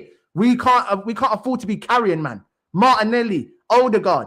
I don't care what you've done, bro. We're now at a point, yeah, where this is stick or bust. Do you understand? It's literally that, it's stick or bust. So the decisions we make now are all on the basis of going and keeping on, you know what I'm saying? Climbing. Nwaneri's a bad boy player. But bro, where we're at right now, one, I don't think Arteta sees a place in the team for him. And two, we ain't got time to be fucking about. Do you know what I'm saying? Even now, yeah, call me a madman. But please believe, if that Skelly thing did not work, my man would probably be in the shop window this summer. Do you understand? If that Skelly thing in midfield didn't work, he would probably be in the shop window this summer, bro, with his brethren. It's literally that. He'd probably be in the shop window with his brethren. They're both up for sale, pure profit, and that's it. But guess what? Miles Lewis Skelly's come in, and to be fair, 1 year he probably shouldn't have gone. He probably shouldn't have gone. But the fact is the facts. My man let him go. And brother, MIDO, if you got 60, 70 for a man, you can have him. Because at the end of the day, bro, yeah, 1 year he's good. But he ain't Lamine Yamal. Do you understand? He's not Lamine Yamal. It's not like, brother, oh my God, 1 year he's left Arsenal. These men are going to go 10 steps backwards. It's not that. Man need to bake off. You get me? Because we've got a 16-year-old now that's coming through, yeah, that there's actually one of these guys that, hold on a second. See, listen, I guarantee you, it's bigger news if Arsenal lose Dalman than what it is if Arsenal lose Nwaneri. You got to remember that Dalman's still young. No. Listen, I hear it. But what I'm saying to you, yeah, Arteta's not molded him yet. So we don't know what player he's going to be, bro. Because everyone had the same hype about, listen, Odegaard was the wonder kid, bro, at Madrid. Don't forget that. This hype that Dalman had, it was 10x for Odegaard. If man them know who were there, they know, bro. The Odegaard man know about Odegaard. I was watching him in the week. I've seen the script before, you get me? Go on. I've seen the script before, bro. So let's chill with the expectations on the youths and let's see what the manager ends up molding them into, because we've got Shea Lacey, but I'm not looking at him as an option, bro. I'm like, yo, we need at least 3 wingers ahead of you, bro. Quality wingers. As the youth academy, you should be the 4th option. That's how it should be, bro. And I think everyone's putting a bit too many expectations on the Rios, on the Diamond. And it's not their fault that they are, as you said earlier, bro, they are on the day the fucking best wingers in the Prem, bro. Let's keep it a book. But that's the quality of the league, innit? But the expectations, I think it's a bit mad because, listen, we don't know what Arteta's got for him. He might not even play him in the way we think he's going to play him, you get me? He might make him into another Odegaard and make him just fucking drop deep all the time. Because he's got the quality for it and the profile for it. Do you know what it is, me though? Yeah, I'll be real. See the Dalman thing. Dalman, I think there comes a line, yeah. See, like Lamine Yamal, you just gotta leave the man alone, innit? Let him do his thing, bro, and the youth will get it done, innit? And I think I'm not putting Dalman on the same level as Lamine Yamal. I'm not doing that, bro, innit? Man knows there's levels to this thing, innit? But I'm saying that's the type of player that you don't really want to tell him much. Do you get me? You don't really want to tell him much. And I know, obviously, people will say, yeah, but, you know, Arteta, previous youngsters, not a good track record. Skelly and Nwaneri are good, yeah? Great talents. But don't tell me that Skelly and Nwaneri are on the same level as Dalman in terms of, what's the word I'm looking for? in terms of not hype, but in terms of expectation. Do you get what I'm trying to say? For me, look, bro, even within the club, they would tell you Dalman is the best thing to come out of this academy since God knows when. Since God knows when, innit? So they're putting all the... Go on. I've been hearing about him since 13 and them times, bro. This is what I'm saying. 13 years old, 12 years old, man, we're talking about, yo, this youth, he's coming. He's coming. You know what I'm saying? Don't get me wrong. Skelly, Wanyeri was spoke about in the same light. If man know, innit? Wanyeri was spoke about in the same light. But the difference between Wanyeri and Max Dalman, yeah, is Dalman actually looks ready. Dalman actually looks ready, yeah? Wanyeri, bro, I love Ethan Wanyeri, bro. If it's my personal, if it's my personal choice, Wanyeri's in this team. He's not going nowhere. Do you understand? But the point is, it's not my choice. So I've got to look at it from the club's perspective. And at the end of the day, Wanyeri is pure profit. Yeah? A sanction of a sell for Wanyeri gives us more room to move in the window. Do you understand? So if you sell Wanyeri and you sell him for 60 million, that's 60 million. It ain't no 35, 20 on in add-ons and 5 and it's 60 million. Do you understand? 60 million pure profit. So what I'm trying to say to you is, listen, I'm not no pussy clout accountant. I'm not. You get me? I ain't no accountant. But what I'm saying to you is, this is how football clubs tend to look at these situations. You get me? Your academy products will get moved out of the door before anything that you've brought in. You better believe that, unless they're complete duds. But listen, brother, Liverpool been trying to get rid of Harvey Elliott for how long? You get me? And it's not no disrespect towards Harvey Elliott, but I guarantee if you ask the Liverpool fans, just last season, because Slot says is no, but gee, like deep down, we've been knowing, yeah, that Harvey Elliott, yeah. I remember when you man brought him from Fulham at what, 16? You brought him from Fulham, yeah, something like that. Bare hype around him, bare gas. You know what I'm saying, yeah. And for time, don't get me wrong, he's a squad player, yeah. He did do his part. He played his part. He's won trophies for Liverpool. Hold on. He broke into the team in 22-23 season and was keeping out man like Hendo and that skipper, them ways. Then he picked up that horrific injury at Leeds, if man remember, when his ankle. That's how he then, and since then he's been obviously working his way back into the team, which he did. Important squad player, turns up in moments, which he does, proven. Obviously, Klopp had the one more year, which it was the year where he come back and whatnot. Not Klopp, Harvey from that injury. And then, obviously, Klopp left. Slot, innit? Barely used him the year we won the Champions League. Barely used him the year we won the league. And then he was actually here at the start of the season. He was actually involved in that goal against Newcastle, Rio's goal. And then shipped him off and was like, yeah, not in my plans and that, on a disrespect him. Cool. Let me rephrase what I said then.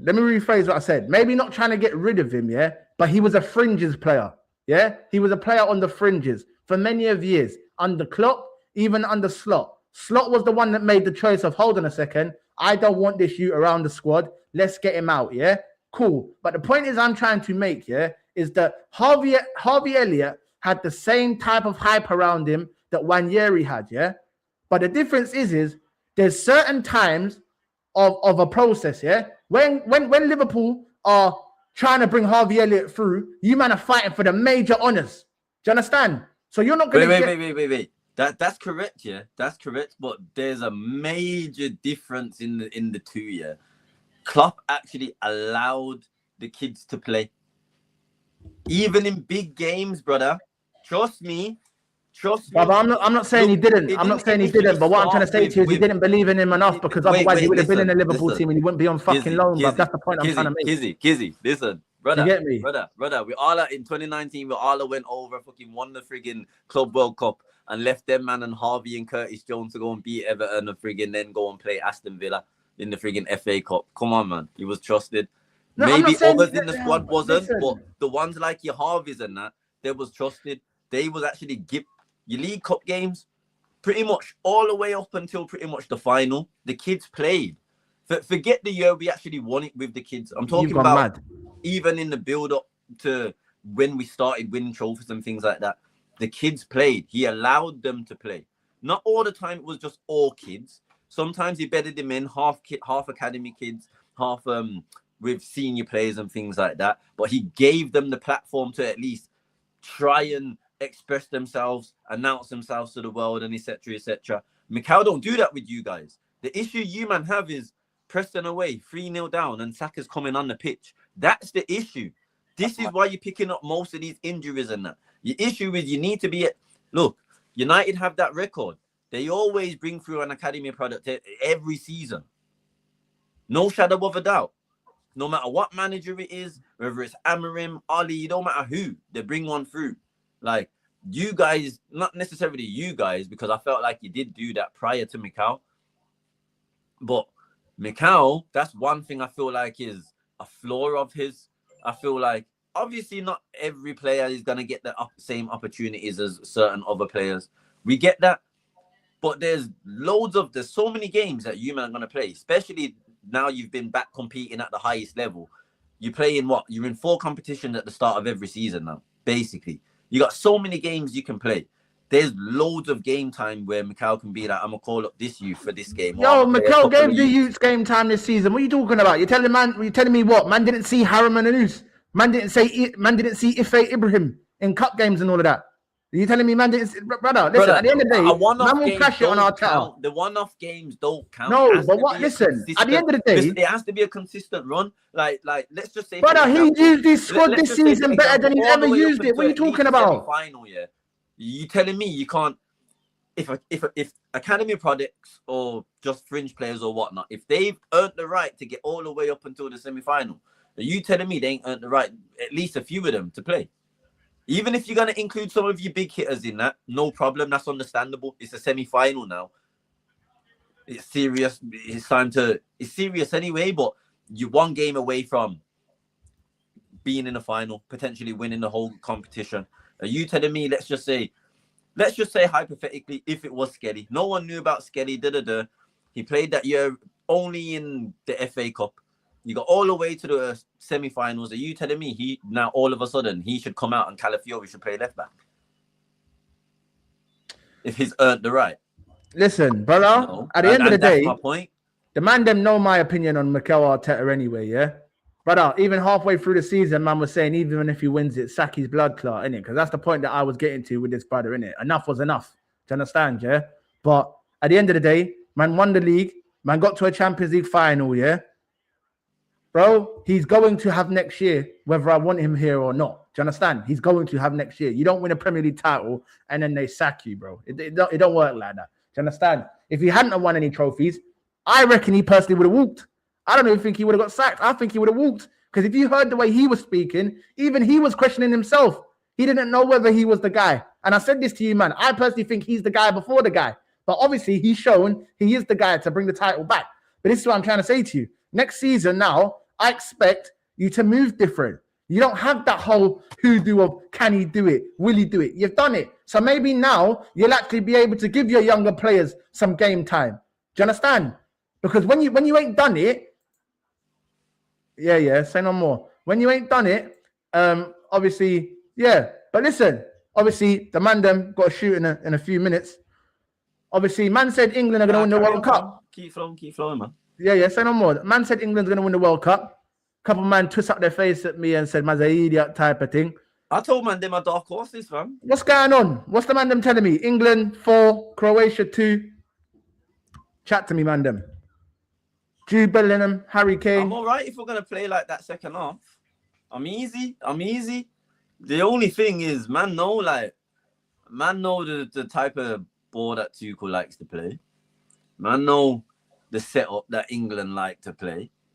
It's only Southgate who kind of made us play somewhat a little bit expansive. And even then, when we went up, it was like no more expansiveness now. It's dog football. So if we're going to do what we did in the second half, I'm all for it, man. I'm all for it. But that's why they're my dark horses, because we have the capability to do both.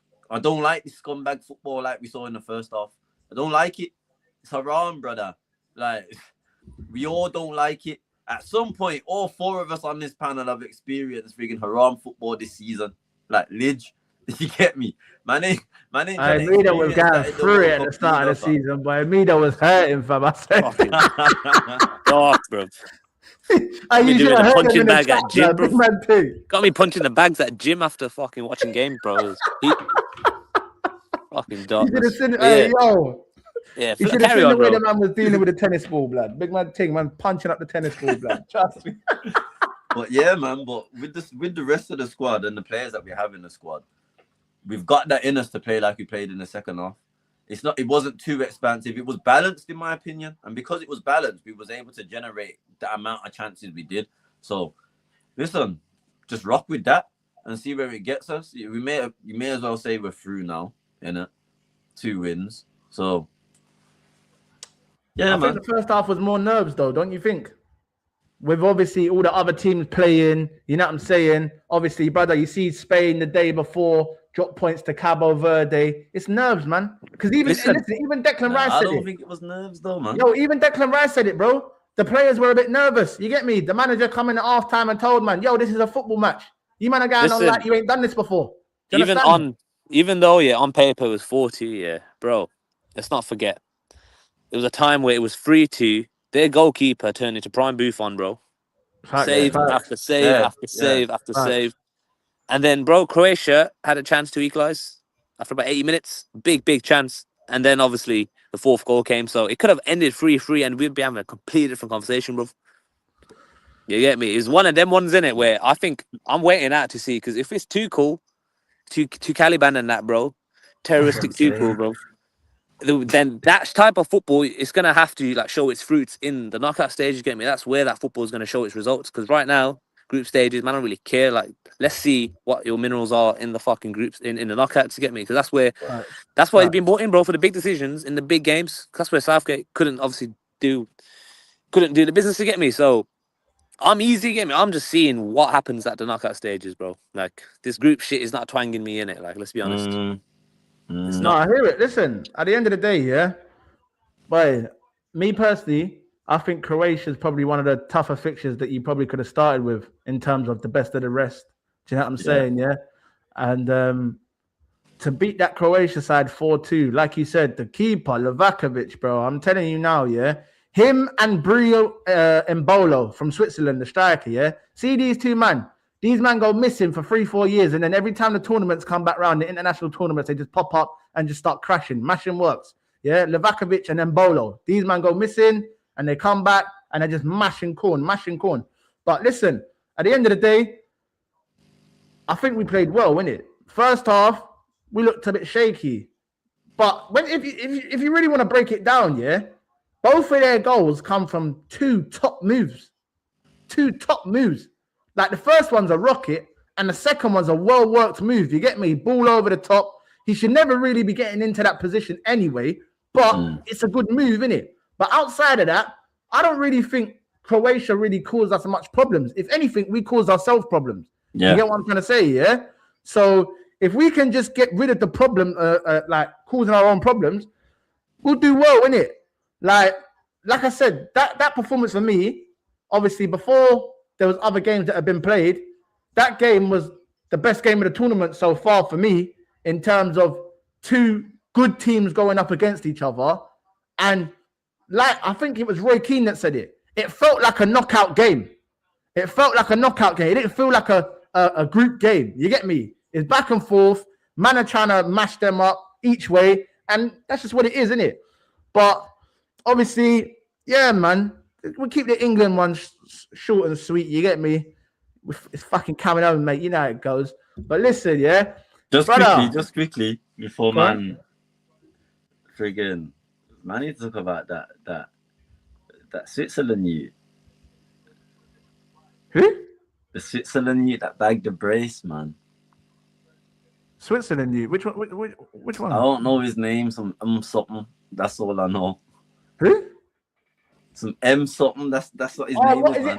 Is it the black hue? The black hue. Mbanzi or something like that. Slim Mali. Mbanza or something like that. It's Mbanza or something. He's a midfielder or something. Now forward. Who? What? Wait. Hold on a second. What are you talking about? Bomber where? I mean Bomber. I ain't seen nothing. What, Morgan? Let me see something. What did he talk about? Morgan Rogers. Listen, we spoke about that earlier, who, man. That's what I'm saying. Bring him. I told man, whatever the price, bring him. We need more shooters. You get me? Man needs some killers. But obviously, I know the man them got to cut out real soon. So before we do cut out, yeah, I just want to get into some of the transfer. Manzimba. Manzimba. Yeah, man. Go. Oh yeah. Listen, brother. You see his goals that he took though. Listen, if the man them don't know about this shoot here, brother, go and lock him with this shoot. Arsenal have just paid £4.5 million to sign him from the Georgian First Division, yeah? Obviously, brother, it's a bit premature, but I'm smelling all types of Kvaratskhelia, rope, yeah? Oh. You get me? All types of Kvaratskhelia, rope, yeah? MIDO, You're mad. Listen. Here we go. No. Brother, spin the block with the saxophone.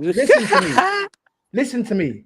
Yeah, type his name in on YouTube and watch this youth. He's 17 years old. Yeah, I'm not saying he's going to come to Arsenal now. He's coming to Arsenal next year anyway. The end of next season, 2027, when he turns 18, he's coming over to Arsenal, innit? But listen, if you don't know about this youth, lock in from now, innit? Because I'm telling you, this brother, he's got the capabilities to get you off your seat. And I'm telling you, listen, see that Kvara stuff, the drop of the shoulder, the feint, the little inside. But I'm telling you, it stinks of Kvaratskhelia, bro. It stinks of Kvaratskhelia, bro. But obviously he's 17, so I'm not going to do too much in it. Let the boy live and learn. Let him grow as a player. But, bro, big potential. Big potential. I'm not even capping. He looks cold. Yeah? But listen, let's get back into the transfer business in England. Tonali to Spurs, man. Then what the fuck is going on, blood? What is going on? Tonali has retired from football, innit? Like he's all calm, retired. Won his Carabao Cup, his football career. Like I hear it, like you know. Yo, KIZZY. Go on. Remember a few months ago, bro? We had this little conversation. I was like, "Yo, the big clubs ain't gonna want to touch him," you know. Yeah, we See did what I'm have a saying? conversation still. Yeah. See what I'm saying, bro? Listen. I can't lie to you. Yeah, you might be right, MIDO, innit? Because I don't think it's. that's what I said. I can't remember who I was talking to. Yeah, but I said like, yo, if City, Arsenal, United, all of these man really wanted him, we would have gone and got him. Do you understand? Yeah. To the point where these Spurs fans really believe that they're going to beat Arsenal and City to the signature. Arsenal and City obviously don't want to sign that player if you're going to sign him, bro. What are we doing there? Yeah. But obviously, let them eat in it. Obviously, they ain't never been in this type of situation before. These men are hearing bids for Tonali. They're talking about they've agreed contracts with Mateus Fernandez, trying to hijack Man United. How do you feel about that, MIDO? How do you feel about that? Listen, Spurs trying to take your gal and that. they can try, innit? You know, like that. They can try, blood. They got no Champions League. I ain't stressed about that. If Fernandez wants to go, then, bro, he can go, innit? There's options out there, and it's not that deep. And I think United have that stance that, yo, we're not really going to be in for players unless they want to join. We're not interested in video wars. We're not interested in wasting time. Trying to move like how Liverpool normally kind of operate, innit? That's the new United. This is how the new recruitment team's been moving. So I'm not really stressed in it. If there's any news or any sniff here that Fernandez is interested in Spurs, bro, we're out of it. This would have come out. So I think it's just paper talk, maybe from his agent. It's kind of bullshit, isn't it? It's George Mendes, isn't it? George Mendes is trying to get that fucking fat. This is what I'm saying, bro. Signing on fee, blood. You know how he moves, blood. You get me? But listen, obviously, cool. KJ. Go on. The man of the moment. Talk to me, man. It looks like Liverpool are going to put another bid in for what you say is a waste of money. What are you telling me? I don't want to chat about my man, fam, I'll be honest. Like, I'd rather chat about like these links of apparently these personal terms to Spurs, brother. What are you talking about? Your team's about to spend another 100 million. What are you talking about? You don't want to talk about him? I'd rather talk about Cody to Spurs, fam. No, chat to me. I want to hear about. They're calling him. What do you want me to say? What you want me to say? No. Wait. They're calling him. Yo, I thrilled? Am I excited? Am I happy? Am I all for this decision? No. No. You know how I stay. I feel like one season high, World Cup high. And listen, I'm not saying he's a bad player. I don't think he's a rubbish player. I think he's a good player. However, I need to see him mash more work first. This is why, listen, I've been seeing Somerville, and I wasn't a Somerville fan. Let me get that out there. And we was linked to Somerville from 2020. I said, for a no, minute. You brother, man I been don't linked want for a this minute youth, still. I fam. can't even lie to you. You've been linked for a minute. This is what I'm saying. I've been saying, nah, brother, I don't want this youth. I don't want this youth. But you see, this year, the back of this season, brother, I've changed my opinion on him still. I haven't even changed my opinion on him. He's made me change my opinion on him. There's a difference. I've seen him. I've watched him. He's convinced me. I'm like, yo, I can't lie. You got abilities I didn't even think that you had. I thought you was a good winger, but bro, you got 1v1 ability like that. Yeah. Listen, I can't lie. When I see a man ying up in Cappy, I said, we might have a problem here. We might have a problem. I can't lie to you. Listen, I swear to you now, I said it in my video earlier, yeah? If Berta's got anything about him, go and hijack that fucking deal right now, bro. Big man thing. If Berta's got anything about him, go and hijack that deal right now. Because listen, I'm not saying this Diamande you is the creme de la creme or whatever, bro. But if you're looking at potential, if you're looking at the attributes that he does possess, brother, if the right manager and the right team gets him and they mold him, brother, this could be the second coming of Sadio Mane for Liverpool. It's literally that.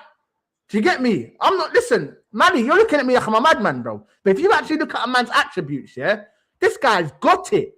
But the only thing that needs work, yeah, is the end product. The end product is a major, major problem, bro, yeah? Sometimes he looks a bit clumsy when he takes touches on the ball. He's young, innit? He looks like he wants to do too much too soon. You get me? You know what? How old is he? How old is he? 19? Yeah, 19. Bro, one of them's for a 19-year-old. Crazy. It don't matter how good his attributes are, bro. Like, for that price here, he needs to have the end product. Word. They paid 120 on Wirtz, 130 on Isak.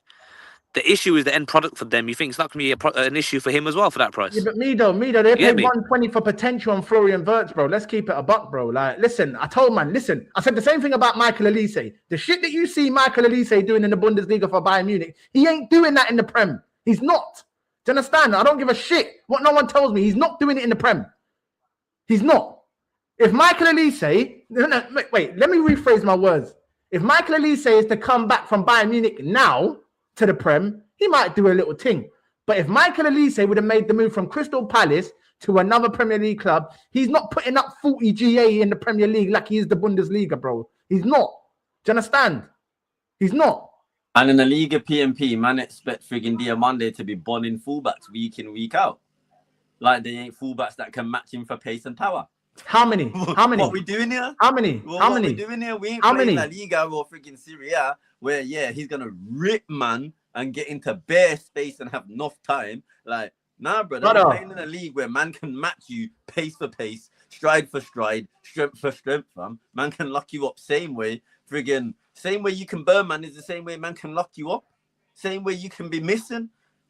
Bro, from where we are as a club right now, we ain't got time to be taking these potential risks. Just like man was talking about earlier about risk taking, we ain't got time for that, fam. The only risks we need to be taking are risks to potential to be getting us back to the Premier League title from where we are as a club in our development. We ain't got time for this potential. This potential is built for top 4 talk, and that I ain't with that. So why do you keep talking to me about fucking Wanyeri then when I'm telling you we ain't got time to be fucking about, bro? This is what I'm trying to say to you. That's why Wanyeri is proven. Wanyeri's not proven. Wanyeri's not proven off the bench, fam. He's proven he can contribute. He's proven he can hang, bro. He's definitely proven he can hang.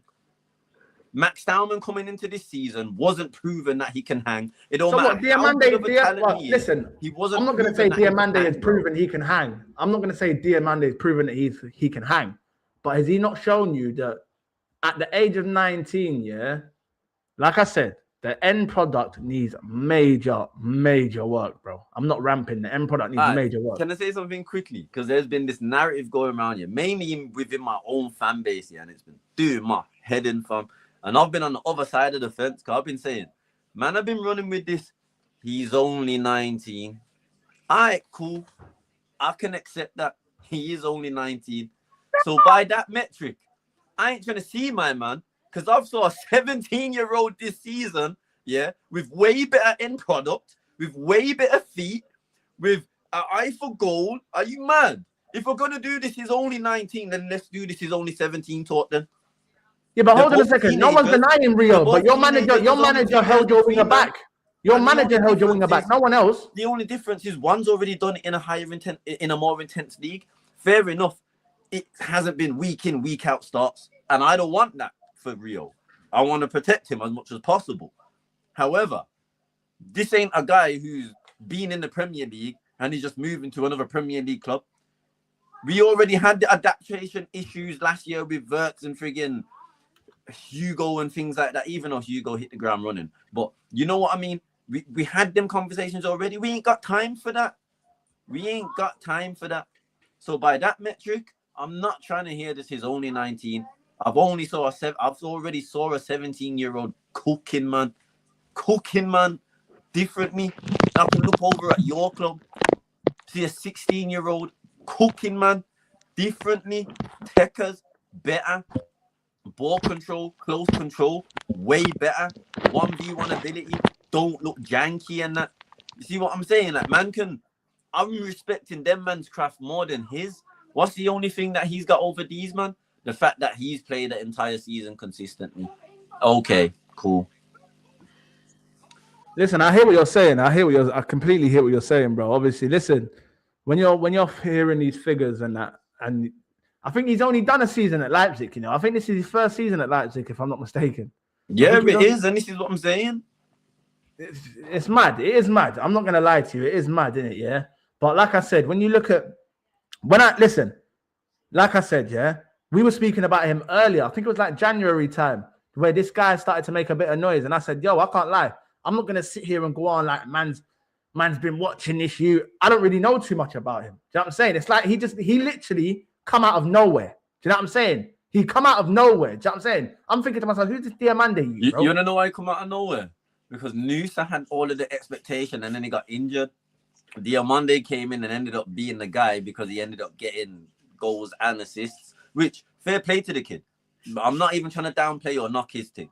He's a good player within his own right. And like I've been saying, I've said it on other platforms and that, had we not had the strikers we have, that's the type of profile winger I would want. On a normal year, that's the type of profile winger I would want. But with how we got Isaac, and yeah, we have Ekatike, he's injured right now, but he's obviously going to come back into the team. What I want in my wingers is a creative wingers, someone who's going to provide for my striker. That's what I want. Just like how you, man, want someone to provide for Gyökeres, I want my wingers to be providing for Isaac. That's what I want. I don't want a man who's going to... It's not that he can't provide for him, but that's not his forte. His forte is more like a Doku. Beat his man, but his end product is not the best. We ain't got time for that. We ain't got time for the potential. Bro, thing. You know how many kids we got coming up already? Wonder kids in our academy. Like, that's why I'm not trying to hear the 19 thing. I'd rather, like I says, I'd rather take my chance on Somerville. He's proven. He's shown me all the qualities that Diamande can do. Somerville can do. He might not have the electric pace like Diamande, but Somerville's no slouch. Somerville's quick still. Somerville's quick. I think the only difference between Diamande and a Somerville is Diamande's got that physical presence. Somerville's mager. You get me? Somerville's mager. You understand? Yeah, that's the only difference. Like, but listen, at the end of the day, you've got another winger also. You know, another moment of you punching up Newcastle, kicking out the teeth, them taking man's chain and that. Victor Munoz, I think his name is. Never heard of this either. I know. That's why I'm kind of neither have I. I'll keep it a bop. Like that one there was out of nowhere. RKO out of nowhere, legit. But that's why I'm excited about that one. That's vintage He Liverpool. looks That. quick, though. He looks rapid, bro. Brother, this is what I'm saying. I've been watching the He comp. looks quick. Yo, this man. But yo, you can tell they're definitely listen. These man are looking to play that Iraola Vavavum ball, bro. Diamande Munoz. Listen, I'm telling you now, I wouldn't be surprised if Liverpool went and go and get Nmecha. I wouldn't be surprised if Liverpool go and get a Nmecha. Do you understand? I would love him to come to Arsenal. Rumors apparently that we're interested in him all of a sudden now as well, to be fair. Listen, I'm telling you, if Nmecha, brother, Nmecha, Diamande, Munoz, brother, Iraola is gonna cook, bro. And listen, KJ will know. I'm not gonna keep going over it, but I told KJ from a long time ago, Iraola is the manager that Liverpool need in terms of getting their style back. Like, I think was it Salah that said it? Man's lost their identity, their DNA. Do you understand? We need our DNA back. There's a style of football that this club is now molded on because of what Klopp done. We need to stick to this. We can't move away from our principles, yeah?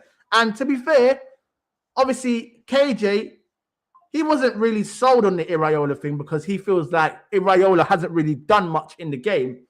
But at the same time, if you give a man quality players, if man's turning water into wine with bang average ballers, yeah, then what do you think he can do at Liverpool?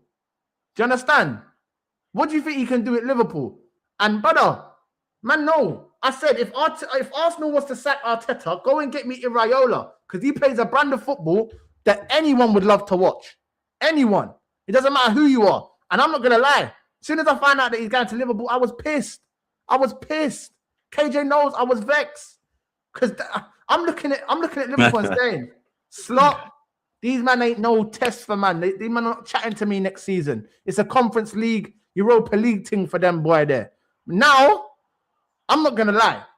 People might look at me like I'm a madman, but I think Iraola goes in there and he wins trophies. I think he does. I think he wins trophies, bro. Do you get me? I think just by the style of play that he's gonna bring back to that football club, them fans are gonna love him. You get me? They're gonna fucking come on, Antonio! Fucking yeah. You know what I'm saying? You get me? They're gonna be all over that, bro. I'm telling you, spitting, hissing, all of that. They're gonna be all over that because I'm telling you, yeah, he plays that football that, like, I don't know, man. There's just something about his style of football that I just love, innit? Like, I can't lie. Whenever I watch his Bournemouth team play, bro, they just look cold, and every player looks like they know what they're doing. Every single player looks like they know what they're doing. Yeah, because see in today's game, managers. Even the way that pundits talk, managers speak, they're trying to overcomplicate things. Football's a simple game. It's not hard. Very simple. This ain't physics, equations, and all of that. But this is football. You know what I'm saying? Like, but stop trying to make it sound more harder than what it is. Do you understand? It's not hard, bro. Do you understand? We all know how to play football, and this is what I'm gonna say. See when you simplify shit, bro. Yeah, it's just easy. You get me? So these man now, see Slot's going in there, he's asking these men to do 101 things. Iraola, simple, bro. Do you understand? High press football, high intense. Liverpool, that's what they was built off. Klopp come in, turn them into a high intense team, high pressing team, high turnovers, all of that, yeah? It's coming back. I don't know if it will come back to the level that it once was. No. But when you look at the profiles of players that they're getting, Diamandes, Munoz's, they're looking at a Somerville. Do you know what I'm saying? This screams high intense, high octane football, bro. So if they can get the players in the midfield that can recover the ball, can keep the ball, and can penetrate the lines, Liverpool are going to be a problem. There's no denying they're going to be a problem. Yeah. But come on, man. We're outside, bro. Big up Andros every time, man. We're there, man. But listen, this is what I'm going to say. Me personally, I think Iraola is going to do good things at Liverpool, innit? But the fans have got to get behind him. The players have got to believe in what he wants to do. And then we'll see. But I think your biggest problem is that defensive line. that defensive line, KJ, that might come back to hurt you, bro. I'm not gonna lie to you. When we talk about, I know, man, I talk about your attacking prowess and Diamantes, Munoz's, maybe Nmecha. That back line and the keeper as well. Because listen, tell me now, I don't give a shit what no one tells me. Allison was ready to cut. I'm telling you, he looked like he was ready to go to Juve. Yeah, most of the man was ready to cut because of slot. And this is what I'm saying. So they was ready to cut. Let's see what they can do, man. Obviously, bro, like I said, the attacking talent, the midfielders. Obviously, McAllister for me has probably got to leave Liverpool. I think if they can get McAllister out and bring in a younger midfielder that's hungry and whatever else, I don't think they'll. Man need a man that's mobile, fam. What you talking about? The thing is, on the Iraola, I feel like if McAllister had legs, then I feel like he wouldn't be a bad player on the Iraola. He'd be used like a Lewis Cook type player. How he's used Tyler Adams, more like Tyler Adams. Even a Tyler Adams, yeah. But to be fair, Tyler Adams is way more mobile than McAllister. I rate Tyler Adams. I'll be honest. Tyler Adams is all right, still is all right, but I do think he's another one of them players. The only thing is just his injuries, isn't it? But go on.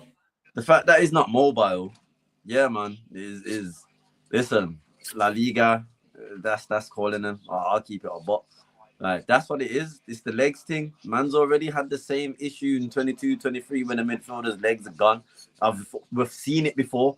I've seen a bad season and a man's come back and he's fine. And I've saw when a man's legs have gone. The man's legs have gone. Like, it's that. He ain't even got the energy to play them passes in between the lines from deep anymore. He don't even attempt. No, he looks tired still. Man's lost his hairline and everything. He looks tired still. It's class. So, he looks tired man. Still. He does look tired. He needs to be shipped out, and he needs to be replaced by. Don't have to be Wharton, but we need the profile of a Wharton, a deep line playmaker, someone who can play balls in between the lines, who can punch passes from deep, create from deep. It's that. What was you saying, Mali? What was you saying, bro? You cut out a little bit. Still in there. Angelo's still a didn't he? Like that type of player that can, play pass. Yeah. Yeah. Carry on. Yeah. Well, listen. At the end of the day, I think Liverpool, they got a lot of work to do. Don't get me wrong. I do think spending 100 mil on Diamande, when you look at the surgery that back line needs, it's kind of incompetent, bro. I'm not going to lie to you. To splash another 100 M's down an attacking player when that back line needs...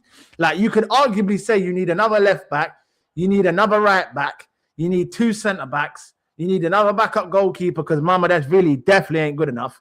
You know what I'm saying? That Mamadash Willie, whatever his name is, he's shit, fam. You get what I'm trying to say? Like, he's not it. You get me, yeah? And you might need to be signing Allison to a new deal. Like, it's literally that. You might need to see Allison go into his first. Do you know who I think would be a good goalkeeper for Liverpool? Robin Rose, Sunderland's goalkeeper. Ooh, I think that's a good sign. Brother, you twist up your face. He's a good goalkeeper, bro. Especially, listen, I'm telling you now, yeah, he's a very good goalkeeper, bro. Can play out from the back. He can do all of that modern day shit, but he's actually decent at goalkeeping. Like, he's actually a decent goalkeeper. But no, yeah. And he probably... Yeah, listen. Nah, he's a good keeper. I weren't twisting up my face like... No, 100, bro. Man's going to be on them still. It's more like... Brother, just go back and get Kelleher, fam. Huh? Just go back and get Kelleher. It's not even a bias thing. It's not a bro, bias thing. You want the X back? You want the X back? What are you saying? To get me comfortable. Brother. It's not even a X back thing. It's not even a that thing. He's a number one, and obviously we couldn't give him that with having the best goalkeeper in the world in it. Now, in my opinion, the pathway was already there. It was clear, and with Iraola back in as well, there's what keeper out there is better in terms of a complete package of what they can provide in a system that Iraola wants to play. A proven one at that. Because if there's one thing we've been talking about this year, especially in the market, is these crazy prices for men who have only matched 1 year's work, fam. Yeah. That's the issue. Yeah, but this is last season like, was Kelleher's first full season in Premier League football, bro. Pretty much, but at the same time, with the Alisson gets injured every year. No, I hear that. Like, I do hear that for a still. sustained period of time. So as much as Kelleher hasn't played a full season, he's played a sustained amount of games, a good run of games consistently in the Premier League, Champions League, League Cup, FA Cup, whatever competition he's played in. And he's proved himself in those competitions as well. That's the thing. He's proved himself to be competent. He's proved himself to be relied upon and called upon. No, I hear it, bro.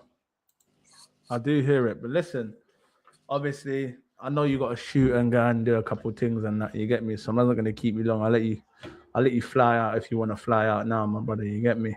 Yeah, what you got coming up? Nada, I don't even know right now. I keep it up. Man just needs to get back on the grind, fam. Man got beer things going on right now, blood. I hear it. No. You're flying the flag right now and I'm there, you get me? So it's that, man. It's that, you get me? As long as one of us is putting in the work, you get me? We're all there, man. There's enough for everybody to eat, man. Yeah. Facts. All right, Ali, listen. My guy. You definitely have to come back for another show, innit? He's definitely coming back, blood. Trust me. Of course. Trust me. No, I got the man then. Yeah, go on. Big up KJ every Ross time. Go and lock in with my brother, you know. That's family right there. I even let him finish to big up. It's locked, y'all. Huh? Let me remove him. God, he was about to do the mad thing, man. I don't know what's going on there, so. yo. But listen, obviously, Mali, it's me and you now, cuz. Let's get into a little before man cut off on that. Let's get into a little Arsenal. You get me? Like, obviously, Morgan Rogers, Barcola links. What are you telling me, man? What do we need? What are we looking for? We need a winger, bro. Like we've been saying, we need the winger market right now is looking big. It's dark still. It's dark. That's why I'm always saying in that, innit? Because I know he's prem proven and that. I don't want the guys with dreads. Already know my thing. No. No, I hear it though. I hear it. Listen, I'm not on it, man. I'm not trying to see MIDO and Barcola. I think for me, like obviously, bro, you see what it is, yeah? A lot of man, they see comps or they might watch a 1-2 Champions League game and they see Barcola and he looks nice and that's not Barcola every game, bro. It's not Barcola every game. Do you understand? Yeah? It's the same shit about MIDO, bro. You might see a 1-2 glimpse from MIDO, but then you know the next game he's reverting back to type, bro, and he's going to come with the fuckery again. Do you understand? So it's hard to actually invest in these players and actually put stocks in them. Do you understand? And for me, like, bro, I would much rather go and get Morgan Rogers and deploy him on the left than go and spend 80 million on Barcola and this brother be another Nicolas Pepe. Facts. You understand? Players like that are useful in the squad. They're like off the bench players, isn't it? But they're not. Like you can't start the game with a Barcola or Noni Madueke because it's not gonna work. So I hear the Rogers shout. Rogers, I hear it, but you know. What do you think of Liao? You're not rocking with Liao. Maybe from before, I was rocking with him, but it's been like 2 years since I had a good season. Like, it's true. or like, it's true. We're gonna take that risk. But you know what it is? You know what it is for me, yeah? I think whoever Arsenal go for, there's gonna be questions, fam. Do you understand? It doesn't matter, bro. It doesn't matter who we go for. I think there's going to be questions, innit? There's going to be questions, innit? But for me, the one thing I don't want to do, yeah, if there's one thing you need to do is you need to learn from your competitors' mistakes. Do you understand? So like Liverpool won the league, and these man, they see the cash in their wallet, and they said, yo, we're going uptown, Harrods, everything. You get me? These men are going in Harrods to buy garms, and they're walking out with the grapes. They're walking out with the grapes, the Harrods grapes. You get me? They ain't even buying the clubber and the garms. They ain't buying no uptown garms. These men are buying grapes, Harrod grapes. That's what they left the window with, bro. And this is what I'm trying to say. These men got teeth for their money. I'm not trying to do that, bro. I'm not trying to get finesse for man's peas, bro. Like, and man are gonna know that we've got money. So it's one of them things where, like, see Solace. I'm not here. Oh my God, Solace. But brother, 35 million, 40 GA last season in the Belgian league. Yeah, cool, it's the Belgian league or whatever. But brother, I'm having that. I'm having that. You get me? 35 million, you can't go wrong. That's a shrewd signing. Do you understand? Shrewd signing. And then for me, Rodgers, Solis, I think another not backup striker, but a young striker. I'd be going and buying a young striker. Like, obviously, I know Krupi was being linked at the start of the window. I don't think we'll go and get Krupi, Rodgers, and all of them. I think Krupi going to cost too much dough, innit? Yeah. So for me, you got to be looking at a striker that's young. You know what I'm saying? Up and coming, not really known like that. Obviously, bro, if you've got scouts, yeah, like obviously this Michele brother that's working at the club now as a scout, yeah, he's the one that brought Kvaratskhelia to Italy. He's the one that brought Kim Min-jae to Italy. You know what I'm saying? So he's got an eye for picking out young talents. Go and get me a young striker from somewhere. I'm telling you now, yeah. See, if it wasn't for Chelsea already buying this youth, bro, I'd be going and getting that Satpayev from Kairat Almaty. You know that Kairat team that we played? Yeah? Man watched them play against Real Madrid. And there was a striker that they got up top, 19 years old. I think his name's like Satpayev or something, man. Something. But he's cold. He's cold. He was giving them man a run around, bro. He's cold. That's what I'm saying. Me personally, I think we need to be going and buying a young striker from somewhere. You get me? A left winger, a creative midfielder. Obviously, there's talks that we're looking for a 6 or 8, whatever. There's Buwadi links. There's Mateus Fernandez links. Obviously, like I said, bro, from what I'm seeing, go and get me Felix Nmecha, bro. I don't know whether it will happen, but brother, go and test the waters, innit? You get me? Like, is he young? Huh? How about right back situation, isn't it? Ben White, like, would you ship him off? You know what it is, yeah? Yeah. For me, Ben White needs a statue. Bro. Because listen, I'm gonna tell you something now, yeah? Yeah. If you're talking about someone that will play with half a leg or half of his arm cut off and put his body on the line for the team, bro, that's Ben White, bro. Man played half of his Arsenal career injured. Let's keep it up, bro. Do you know what I'm saying? Yeah. Obviously, I wouldn't like to see him go. I still think that connection of Odegaard, Saka, and Ben White is probably still one of the best weapons in our Arsenal, bro. We just haven't seen it in a very long time. Do you understand? Yeah. I still think that's one of our best weapons. But there comes a time, like I said, we're getting to that stage now where we ain't got time for passengers. Odegaard, Martinelli, Ben White, all of these, man. Listen, it was nice knowing you, boys. But we've hit the stage now where it's cutthroat. You know what I'm saying? We ain't got time to be mucking about and give him another year and see if he comes good. We ain't got time for that, bro. We are no longer the hunter. We are the hunted. Do you understand? We're not hunting no more. We are the hunted. So now, as being the hunted, you got to switch your game up. Do you understand? See, it's the same thing. Like, see if you're a boxer or a UFC fighter or something. There's one. I always say it, bro. Yeah. There's one thing winning the belt, but can you retain it? Can you retain it? Because that's when you show you're the real champion. It's all good and well you winning the championship, but can you retain it though? Can you go out there with the pressure of knowing I must win and win? Do you understand?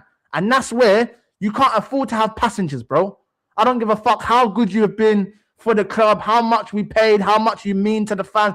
Fuck all that sentimental shit, bro. I support Arsenal Football Club, not Bukayo Saka, Declan Rice, or Gabriel Magalhaes. If you're not performing and we're moving in a certain way, certain man got a cut. Do you understand? And it's as simple as that. Martinelli, for me, all right, cool. You tell me the players that you would like to see leave this window. Okay. Madueke, I want to see him gone. Martinelli, Havertz,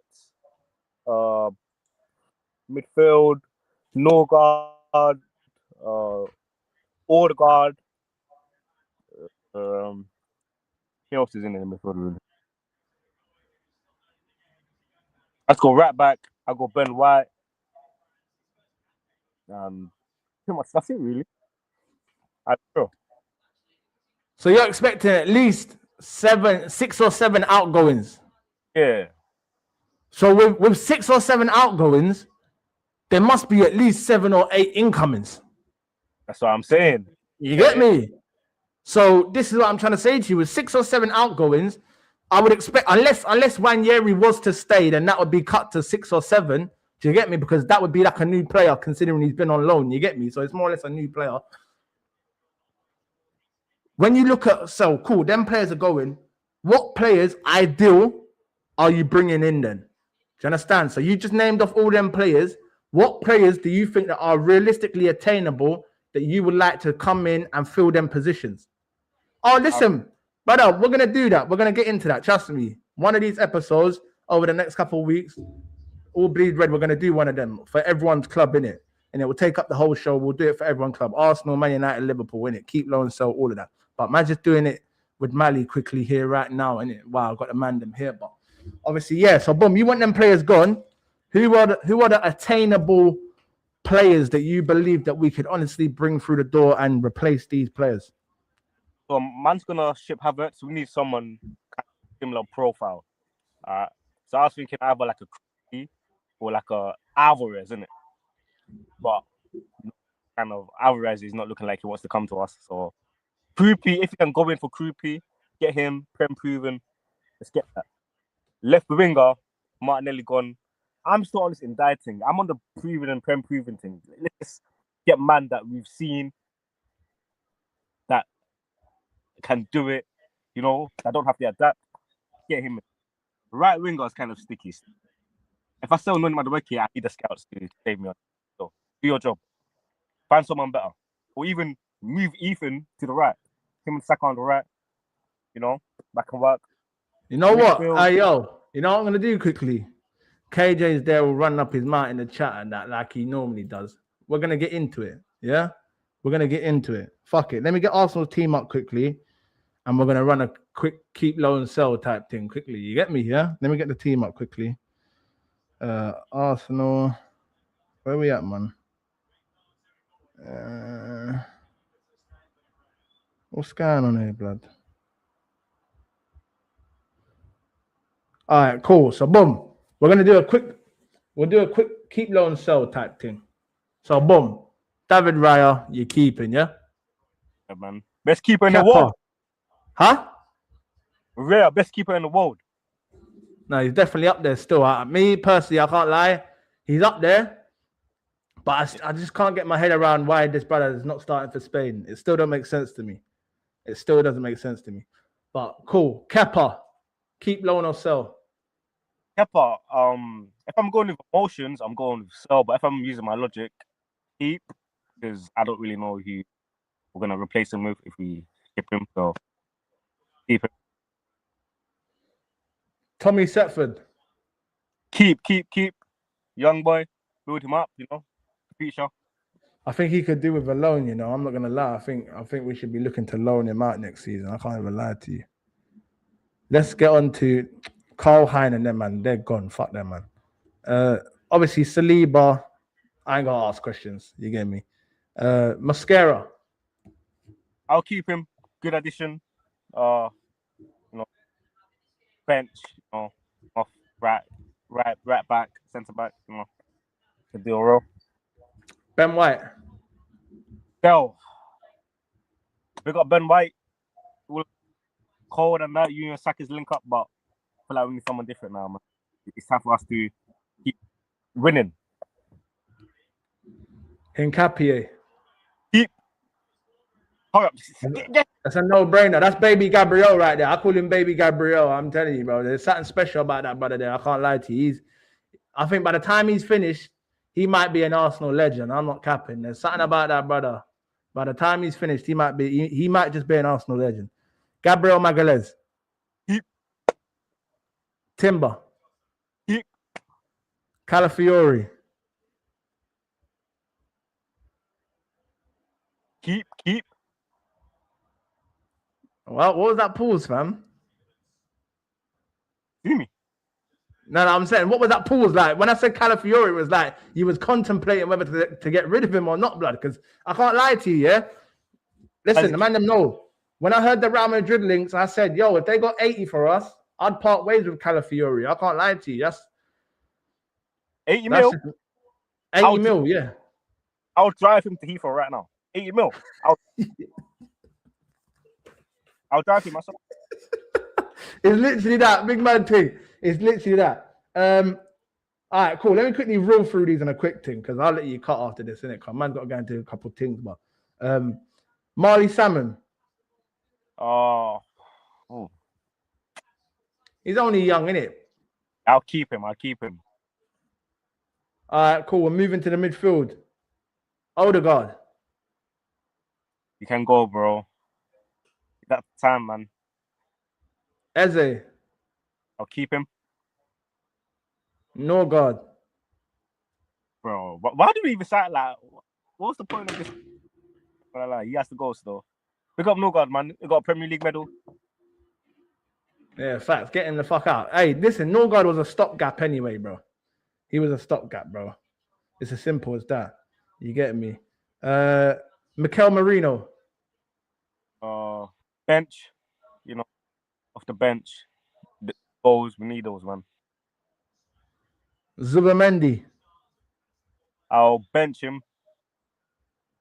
Yeah, not much more to care about him. Just bench. Rice and Dalman, we don't even need to get into, bro. Like, yeah. Saka, we don't need to get into. Jesus. Yeah. I thought you'd say that. Martinelli. Hell, bro. He has to go. Gyökeres. Keep. Trossard. Keep. Noni Madueke.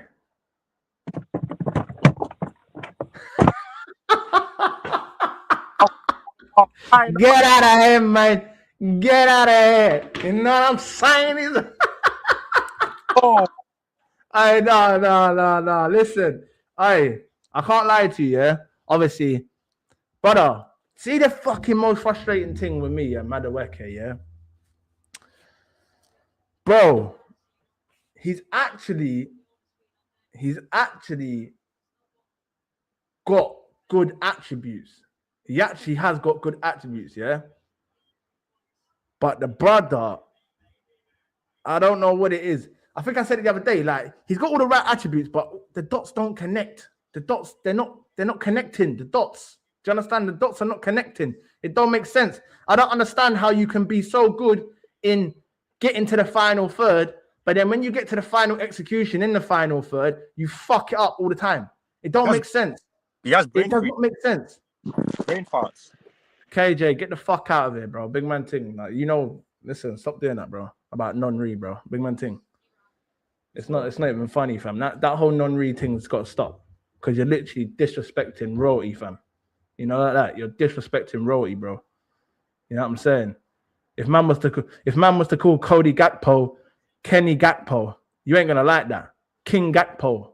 You know what I'm saying? Like, brother, what are we doing here? Don't put these same brothers in the same conversation as legends and that. Like, what are we doing here, bro? Have some fucking manners. Do you know what I'm trying to say? Man's calling him non-re and that, bro. Man can get fucking moved to for that type of shit, bro. That's disrespectful. Havertz has to go still. I'm not gonna lie. What are you saying? You're getting rid of Havertz? Yeah, that. I respect it, you know. Big man thing, I'd move on from Havertz as well, you know. If we got good money for him, I would move on from him. I wouldn't, but like only if we could get Alvarez to replace him, because that's similar profile, isn't it? Or Krupi. Know what I mean? We need someone different to Gyökeres. We don't need someone similar to. 100%. I can't lie to you. You know what it is with Havertz? Havertz is another frustrating player, yeah? But if there's one thing you can't deny, this brother is clutch. Like he's just got a knack for being in the right place at the right time, innit? And I've been saying we need more killers. And he's frustrating as fuck, bro. But if there's one thing I can't deny, he's clutch. He is clutch. So if he's playing second fiddle next season and Gyökeres is the main guy, I'm all right with that. But if we're getting into next season and my man's still trying to run this Havertz in the 9 thing, get out, bro. Big man thing, get him out, innit? I can't do it. Like, real talk. It's dead. Who else is on there? Is anyone else on there? Just the young youths. Them, man, we ain't gonna really get into them. But listen, Mali, bro, what you got coming up, man? Obviously, it's your debut on the channel and that, blood. What you got coming up, man? Congo versus Colombia match preview probably dropping tomorrow or Tuesday. You know, qualify into the knockout stage. So that's dropping on my YouTube channel. So come on, notify. All right. Well, listen, people them. Listen, if you ain't already, go and lock in with the boy Mali Talks AFC, bro. Yeah, proper brother, innit? Yeah, proper brother. Go and lock in with him. Subscribe to the channel, smash the likes, do all that good stuff. You get me? We're gonna be back. Next Sunday, Ep6. Hopefully, you know, there's been some giant killings or whatever in the World Cup. Something to really talk about. I can't lie. Listen, there's topics to talk about, but listen, there's not really much to talk about, man. Today was more of a chilling vibe. Chop it up with the man them. You get me? There were meant to be topics, but you know how it goes, blood. The man them just start chopping it up, and wherever the conversation goes, isn't it? But it's authentic, so that's all that matters. You get me? None of that fake shit over here, fam. You get me? But listen, big up Mali every time. Big up everyone that tuned in, whether you're just landing in now, you was here from the start. Big up everyone that commented in the chat, that was involved. Big up everyone that smashed the likes. Listen, it's been another episode of All Bleed Red, man. 2 hours and 17 minutes of pure madness. You get me? That's what you're getting over here, blood. It's as simple as that. But listen, Mali, my boy, it's been a pleasure having you on, man. For real, bro. We're definitely going to get you back, bro. The vibe was nice tonight. I can't even lie to you. It was a nice little chill vibe. You get me? The man them were flowing. It was a good one, man. It was a good one still. But listen, I'm back. Man them, it's been another episode of All Bleed Red. It's been your boy KIZZY Talks Sports. It's your boy Mali. We're out, man. Big up the man them every Ross Clark time. Big up Mali. Big up everyone, man. Lock in, man. Trust me, bro. It's takeover season. Be there or be square. I'm out.